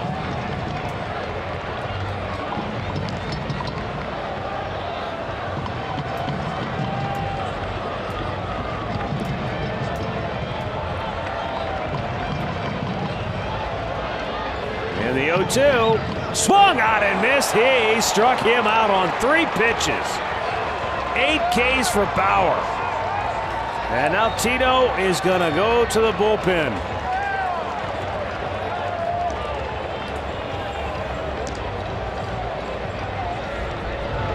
Watch him. He's going to go curveball. He gets the other curveball and puts him away on a slider. Beautiful. Well done. You can't do any better than he did. First and third, actually second and third, and nobody out. He gets back-to-back strikeouts when needed. He's not going to be able to win this ball game, but he certainly can. He kept them close. He kept them in it. He's given them a chance. Oliver Perez when we come back.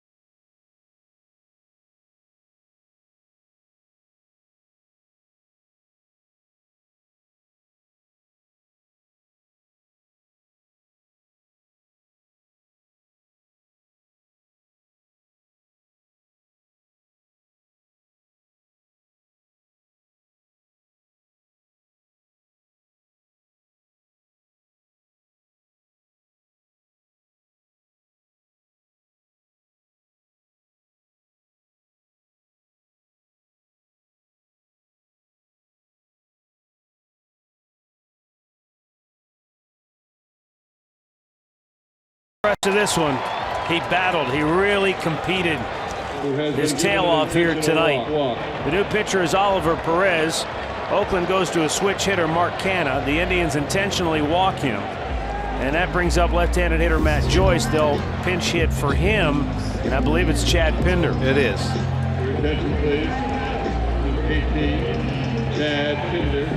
Batting for number 23, Matt Joyce. So the bases are loaded with 2 down.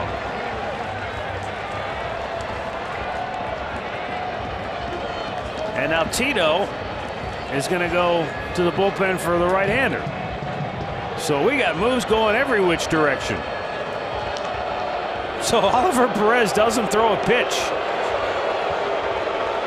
But because they intentionally walk Canha, Tito's going to go to the bullpen. How about that? That's unreal, isn't it? Wow. We got a timeout.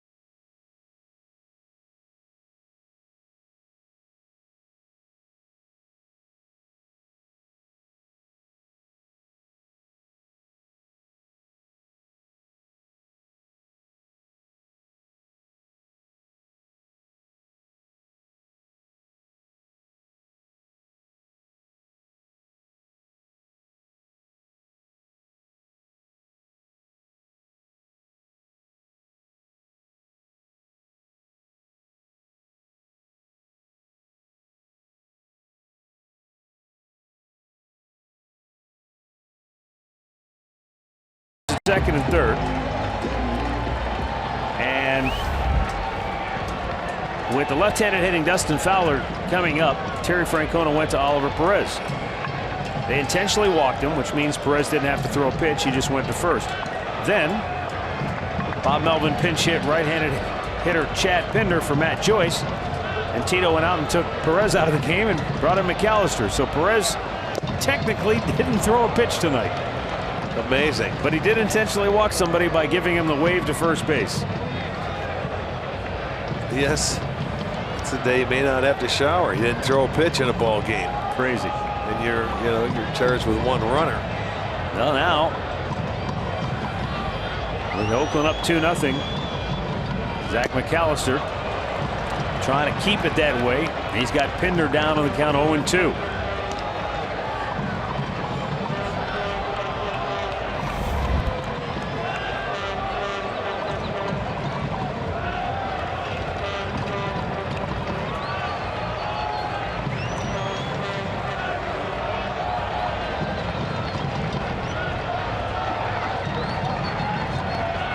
Bases loaded, 2 out, 0-2 pitch. And it pops loose, but it was up high. 1-2.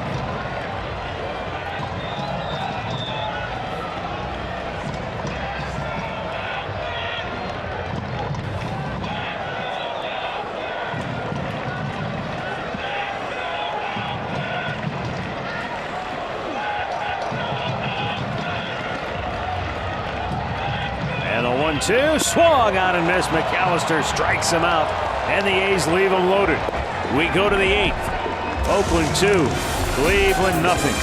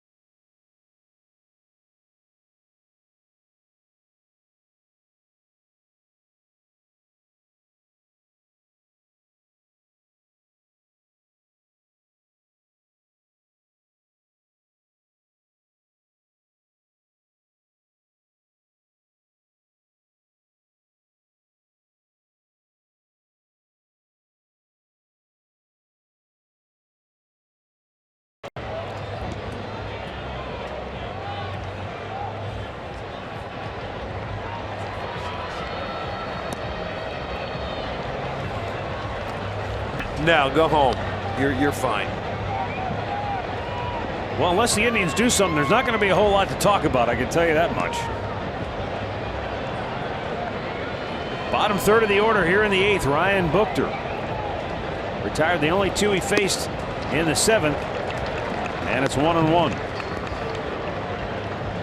Mark Canha is now in center field. Chad Pinder is in left.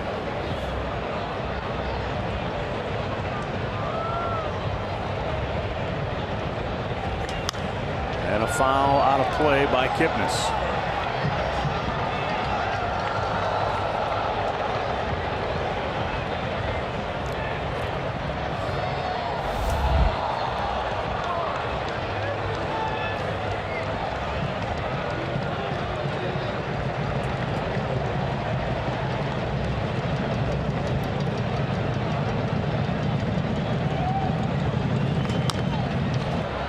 To first. 11 in a row retired by A's pitching. Hey, the World Cup round of 16 kicks off tomorrow. Big matches on Fox. You've got France taking on Argentina, and then later on it's Uruguay battling Portugal. It's all tomorrow on Fox, or you can stream it live on the Fox Sports app. Yan Gomes will pinch hit for Roberto Perez. Perez was 0 for 2 tonight. The Indians' best chance at scoring in this game came back in the 2nd inning, when Lonnie Chisenhall and Jason Kipnis reached on back-to-back singles.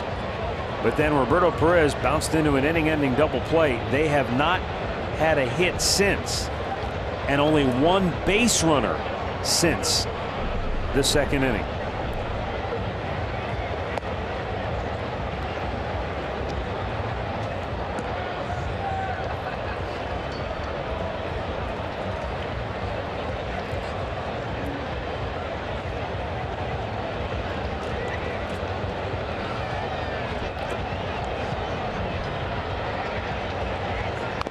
Glance off the bat.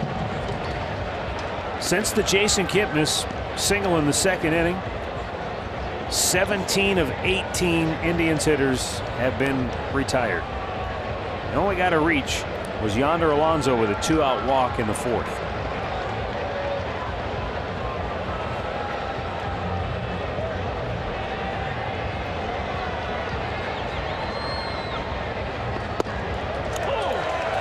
Gomes takes a fastball for a strike, and it's 1-2.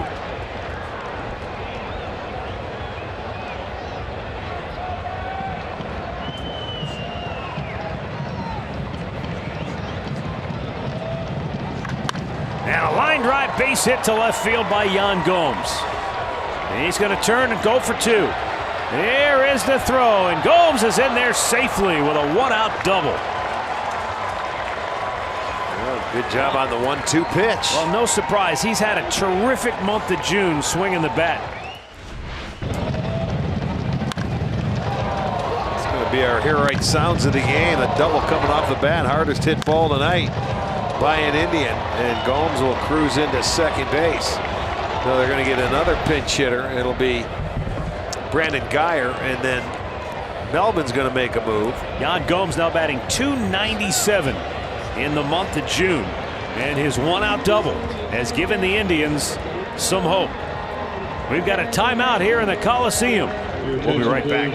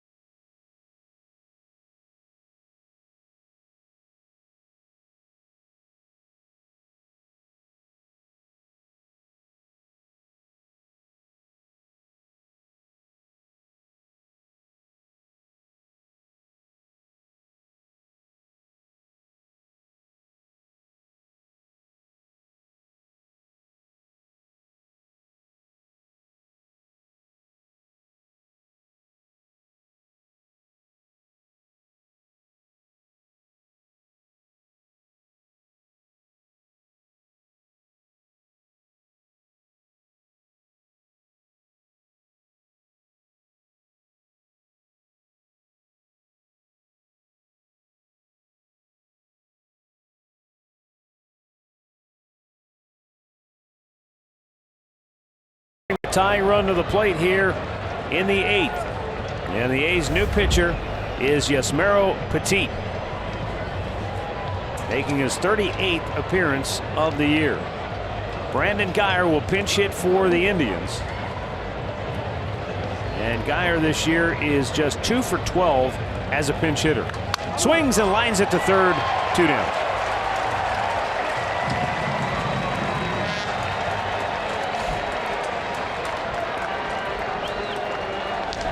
I mean, he hit it right at him. Yes, he did. Look at first pitch right there. Lowry standing right. Makes the play and looks back at second base, but nothing to be done there. It's going to bring up Francisco Lindor. He's 1 for 3 tonight. And on the year, a .323 hitter with runners in scoring position.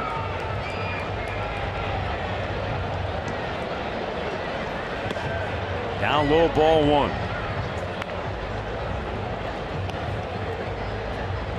Petit, 33-year-old right-hander, originally signed with the New York Mets way back in 2001.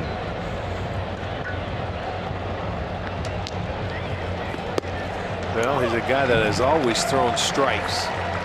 Has very good command of the baseball. He was with the Angels last year. Played in the Little League World Series back in 1994 for Maracaibo when he was just 10 years old.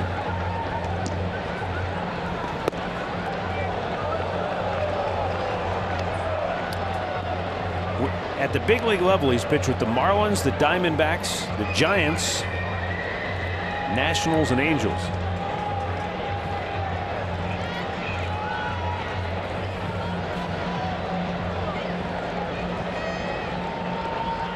Outside, 3-1. Michael Brantley waiting on deck.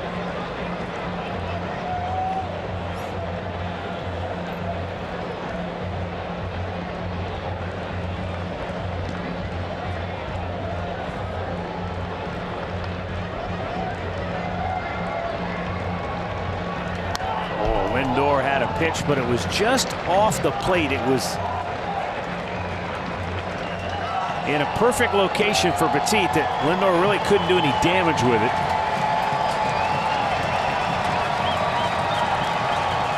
And now the string is out with Michael Brantley hoping for a shot to follow Lindor here in the 8th.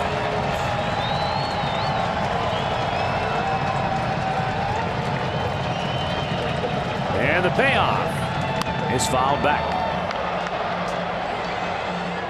Yeah, the Indians are going to need a 2-out base hit of their own to get on the board. Inject a little life into that dugout. You see, he's protecting here. He's going to stay away. He's going to make him beat him going the other way. You try to pull it, you're doing him a favor. If you go to left field, the ball doesn't carry that way in this ballpark at night. Not a bad idea. Lindor drives one deep center. Canna back over his head, hits at the base of the wall. Scoring is Gomes. Into second with an RBI double is Lindor. The Indians are on the board, and boy, they've got some life now in that dugout. Absolutely, that's what they needed. They needed a 2-out base hit. Lindor gives it to him. Tell you what, the ball hit the base of the wall. Looked like it was going to go out straight away center. You watch this ball go, and it's a pitch that was down and out over the plate, and he pulls it. And there it is at the base of the wall. It ricochets back. Lindor gets his 25th double, gets the Indians on the board. The tying run now is at second base. And Michael Brantley with a chance. Brantley, a .282 hitter on the year with runners in scoring position. 0 for 3 tonight. And called a strike. It's that liberal zone. It's been a pitcher's strike zone for the most part tonight. Brantley has reached base safely 41 in the last 44 games. But tonight they've kept him off all 3 times. And he fouls this one off to the left. take another look at the hit by Lindor. Off the bat, crushed over 102 miles an hour, 403 feet because it hit partway up the wall.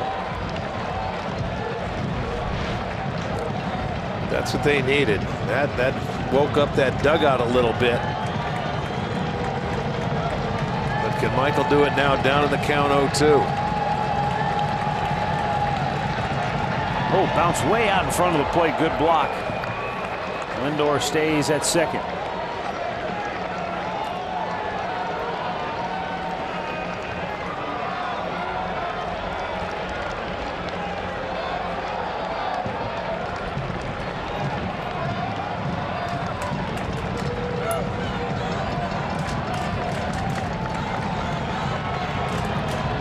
Two doubles in the inning, getting the Indians on the board. Brantley chases one in the dirt. Lucroy will just flip it to first. Throw it low. And if not for a great backhanded pick by Olson, that could have been a disaster for Oakland. The Indians are on the board. A double by Gomes, a double by Lindor. It's 2-1 A's as we go to the bottom of the eighth.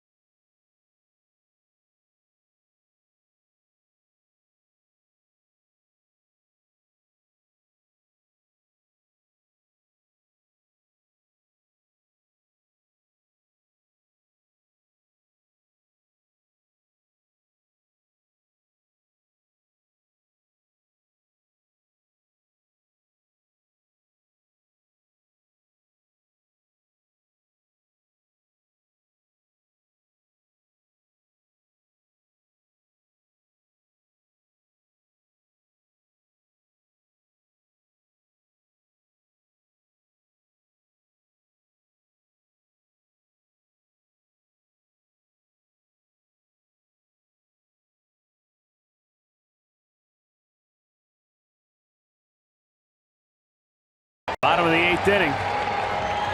Oakland on top 2-1. Yan Gomes takes over behind the plate. Brandon Guyer is now in right field.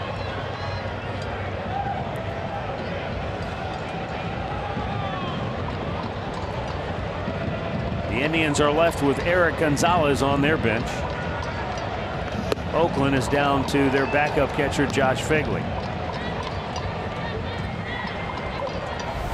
Zach McAllister struck out Chad Pinder with the bases loaded to end the bottom of the seventh. Now he faces Jed Lowry here in the eighth. Indians bullpen is quiet.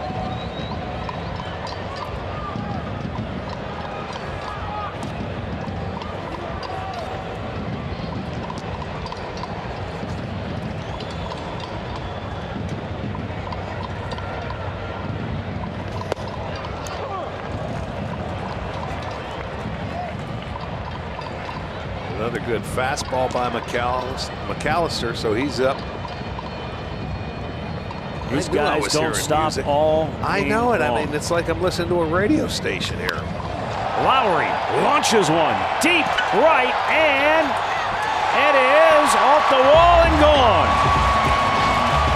It just did clear the out-of-town scoreboard in deep right field. And just like that, Oakland's two-run lead is restored. It's the 14th home run of the year for Jed Lowry. Tito's going to ask the umpires maybe to take another look.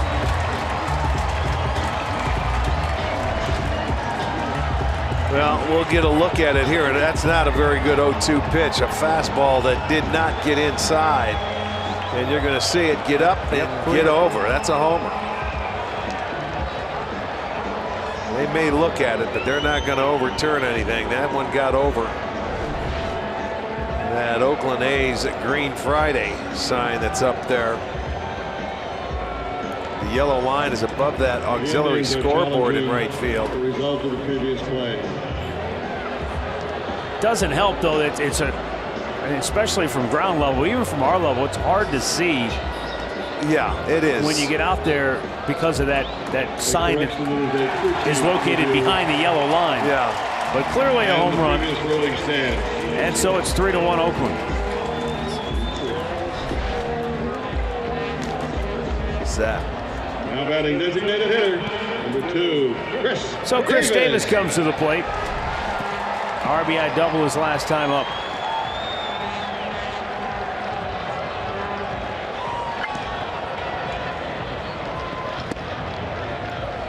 Takes the breaking ball low.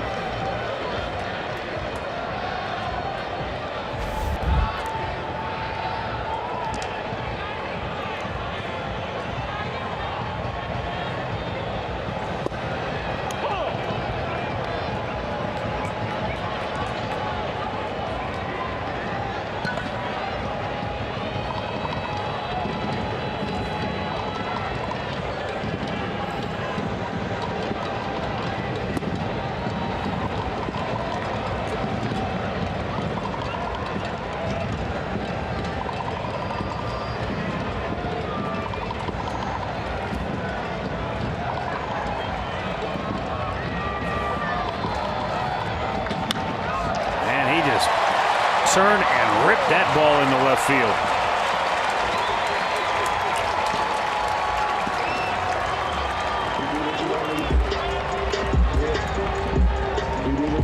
Recapping the storylines brought to you by your local Ford dealers.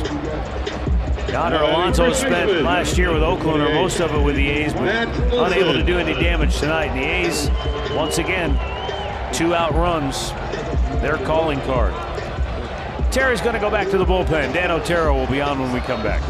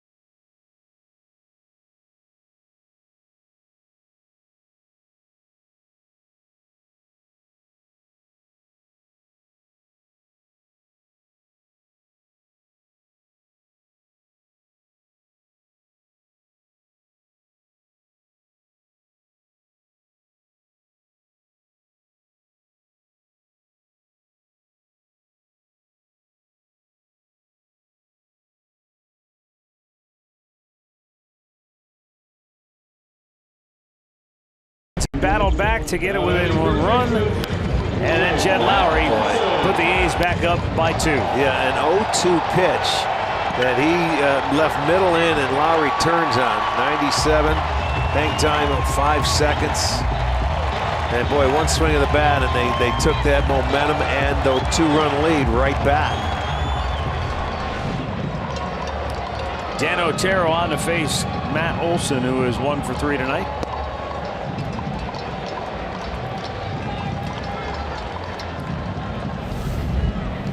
Olsen's 29th appearance on the year, or excuse me, Otero's 29th appearance on the year. Olsen doubled and scored back in the second inning.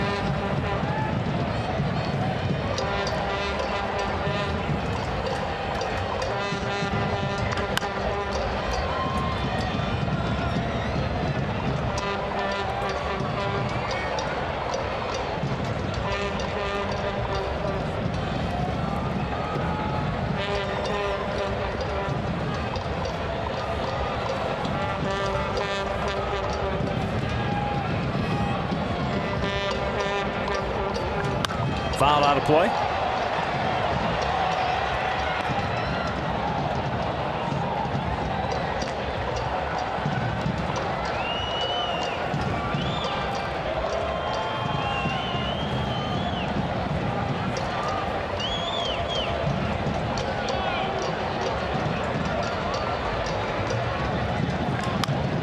Ground ball to first. Alonso goes to second. There's one. Back to first.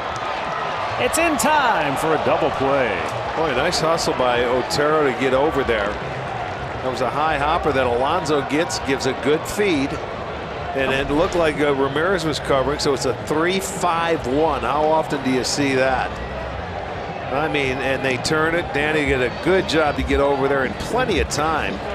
And then Ramirez had a target. 3-5-1. That's a rarity.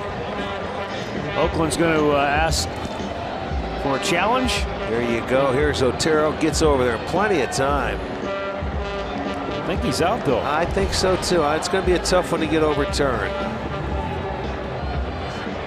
Boy, you know, talk about how quickly momentum can change in a game, sometimes for a pitcher. Zach McAllister strikes out Chad Pinder with the bases loaded to get out of the seventh inning, and then gives up the home run to Jed Lowry leading off the eighth after the Indians had scored to make it a one-run game. Dan Otero, the last time he pitched in St. Louis, remember, he had retired 3 in a row in relief of Corey Kluber, who was really struggling that night. And then Harrison Bader hit a little topper over the mound just beyond anybody's reach, a little infield hit. And then he made a mistake pitch to Colton Wong, and I think he was down on the count when he made that pitch. Wong hit it out for the 2-run homer, and that game was all over but the shout. Call on the field, stand. And here tonight, it's another big home run that could go a long way in determining the outcome of this game. Now batting right fielder. 25. 2 down for Stephen Piscotty, who is 1 for 3 on the night. He doubled his last time up.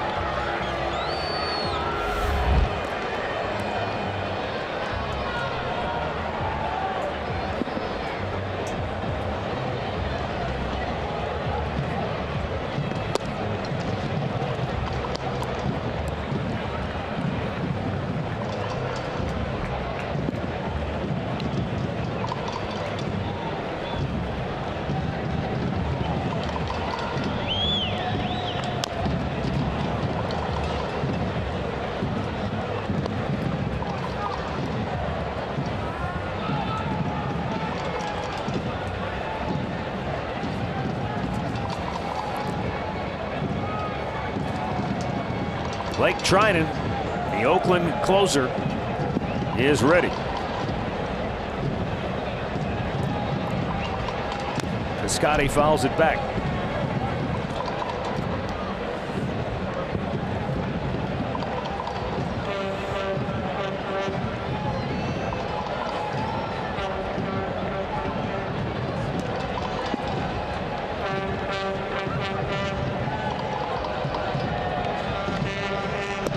Bit outside, and it's 2-2.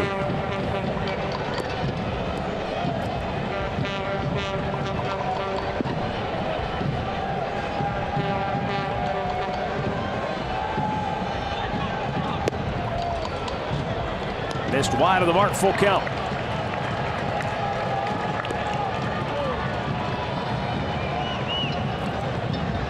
Scotty, with that double in the 7th, has now reached base safely 25 of the last 26 games. And a ground ball routine for Lindor. He'll scoop it up, throw him out. And we'll go to the 9th. Last chance for the Indians when we come back.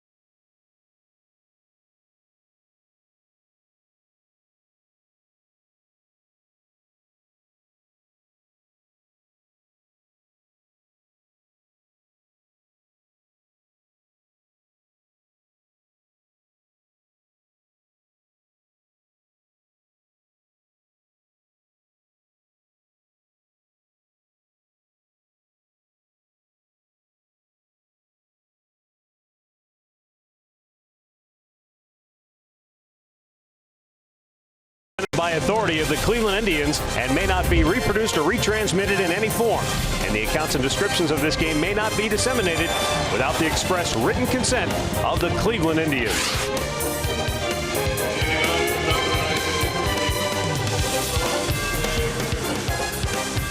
Well, back here in Oakland, Indians down to their final 3 outs. And Blake Trinan, who has converted 20 out of 22 save opportunities, on for the A's. He's converted each of his last 17 in a row. And during that 23-game stretch, he's got an ERA of .70. Yeah, he's been lights out. And I mean, he can get it up there too, an easy 97. On the year, 4-1, ERA under 1.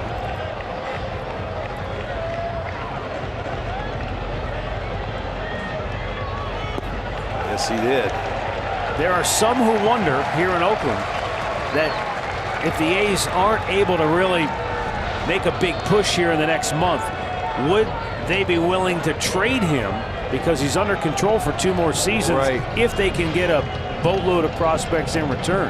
Well, you would say in Oakland, yes, that's always seems to be their MO, right? That is their MO. Ramirez with a line drive base hit into right field. 99 miles an hour. The faster the better. And he's able to get a base hit. So there you go. You have your leadoff man aboard. Now the tying run can come to the plate. And you're down in the count, and then he tries to throw that fastball in, and you're doing this guy a favor. So he finds a way to get a base hit to get the inning going. And that's always a start against a closer if you can get that first man on. Edwin Encarnacion 0 for 3 tonight. He was robbed of a hit back in the 4th on a dynamite play by Marcus Semien.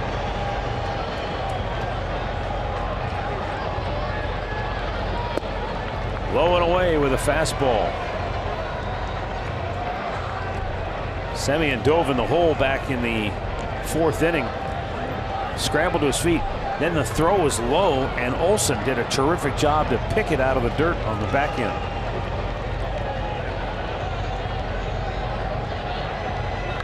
Edwin crushes one deep center field. Cannaback makes the catch just shy of the wall, and scampering back to first is Jose Ramirez. Boy, he smoked that ball. I'm going to tell you, I'll bet tomorrow if you hit that in the day, that's out of here. But that ball, it got to the warning track and kind of runs it down. Edwin might have thought he had one here. I watched his reaction as he got to first base, at least over his head. But boy, that just thing, it was on the track. Damp. I know it. It's that night air. It doesn't carry that well here. And boy, he really hit that ball right on the button. But it goes for an out. Remember, he hit one in St. Louis similar to that he thought he got, and it died on the warning track. Now here's Yonder Alonso, and he fouls the pitch back at 97 miles an hour. There's the swing. Now, I think he thinks he's got enough of it, at least to get it over the head of the center fielder. Look at that. He's upset. He thought he hit that ball well enough, and that's a home run hitter, folks. He put a good swing on that baseball to come home. He's dejected, I guarantee it. At the very least, he thought it's over his head and it's going to be a double. Yep. No doubt about it. Alonso takes, it's called a strike, and he is going to have an issue with Lance Barrett. Immediately. And he's saying it's a strike, but hey, we can't believe it. Now, he doesn't show that much emotion. We haven't seen it this year, you know, on anything like this, but let's take a look at it. It's a little low. Boy, when you're going against a guy that can throw 96, 97, 98, you don't want to be in the hole.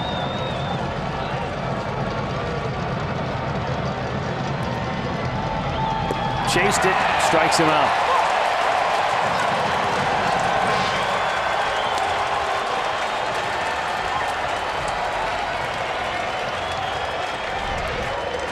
Comes back with a slider, and I mean down. That thing goes straight down. You can see the break to it.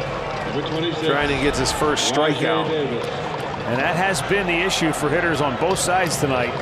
Lance Barrett's strike zone has been so generous that at times it's forced hitters to maybe chase pitches they normally wouldn't have to. Indians down to their last out. Rajai Davis is the batter. And he takes low, ball one. Rajai struck out as a pinch hitter in the 7th inning.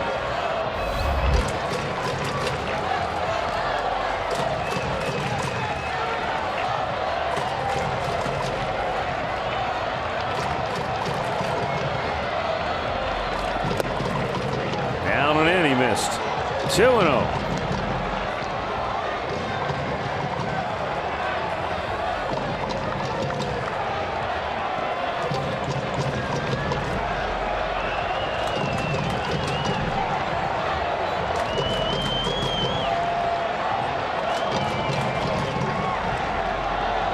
Outside, 3 balls, no strikes.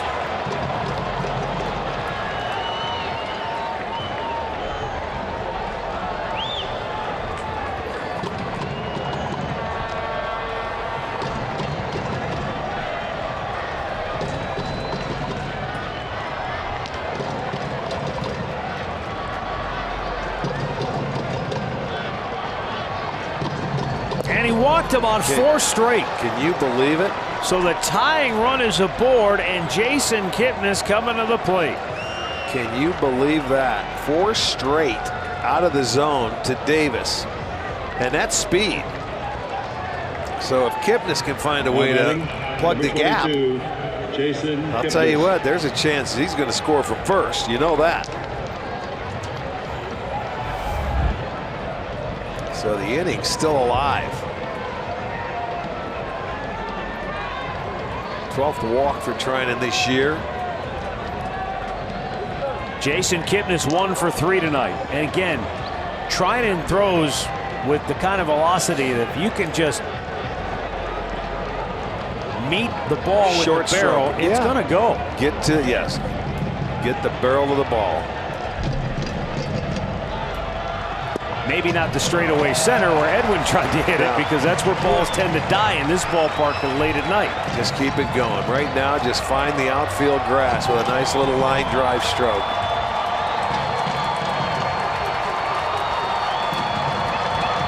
They're playing awfully deep.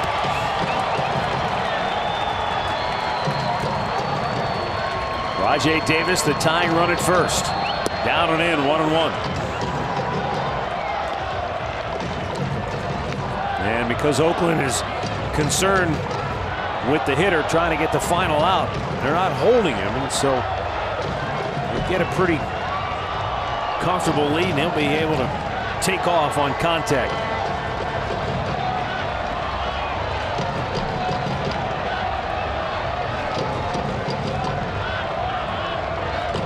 Up high, 2-1.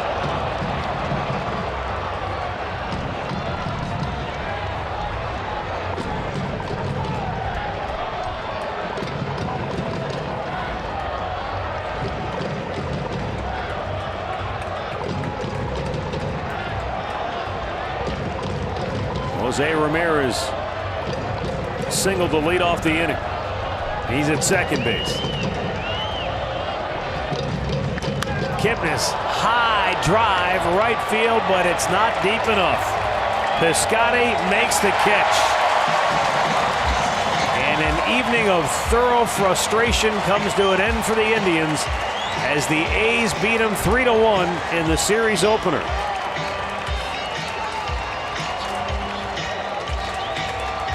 The Indians' struggles here in Oakland continue. They've scored 3 runs or less now in their last 11 games here at the Coliseum, and they have now lost 8 of the last 9 here against Oakland. Indians fall to 44-36 in the Central Division, though they'll still stay 8 games in front of second place Minnesota. Oakland keeps their winning ways alive. They won 5 in a row, 11 of 13, and they're now 45-38 on the year. Winning pitcher is Paul Blackburn. He's 2-2. The save will go to Blake Trinan, his 21st of the year. Lost to Trevor Bauer.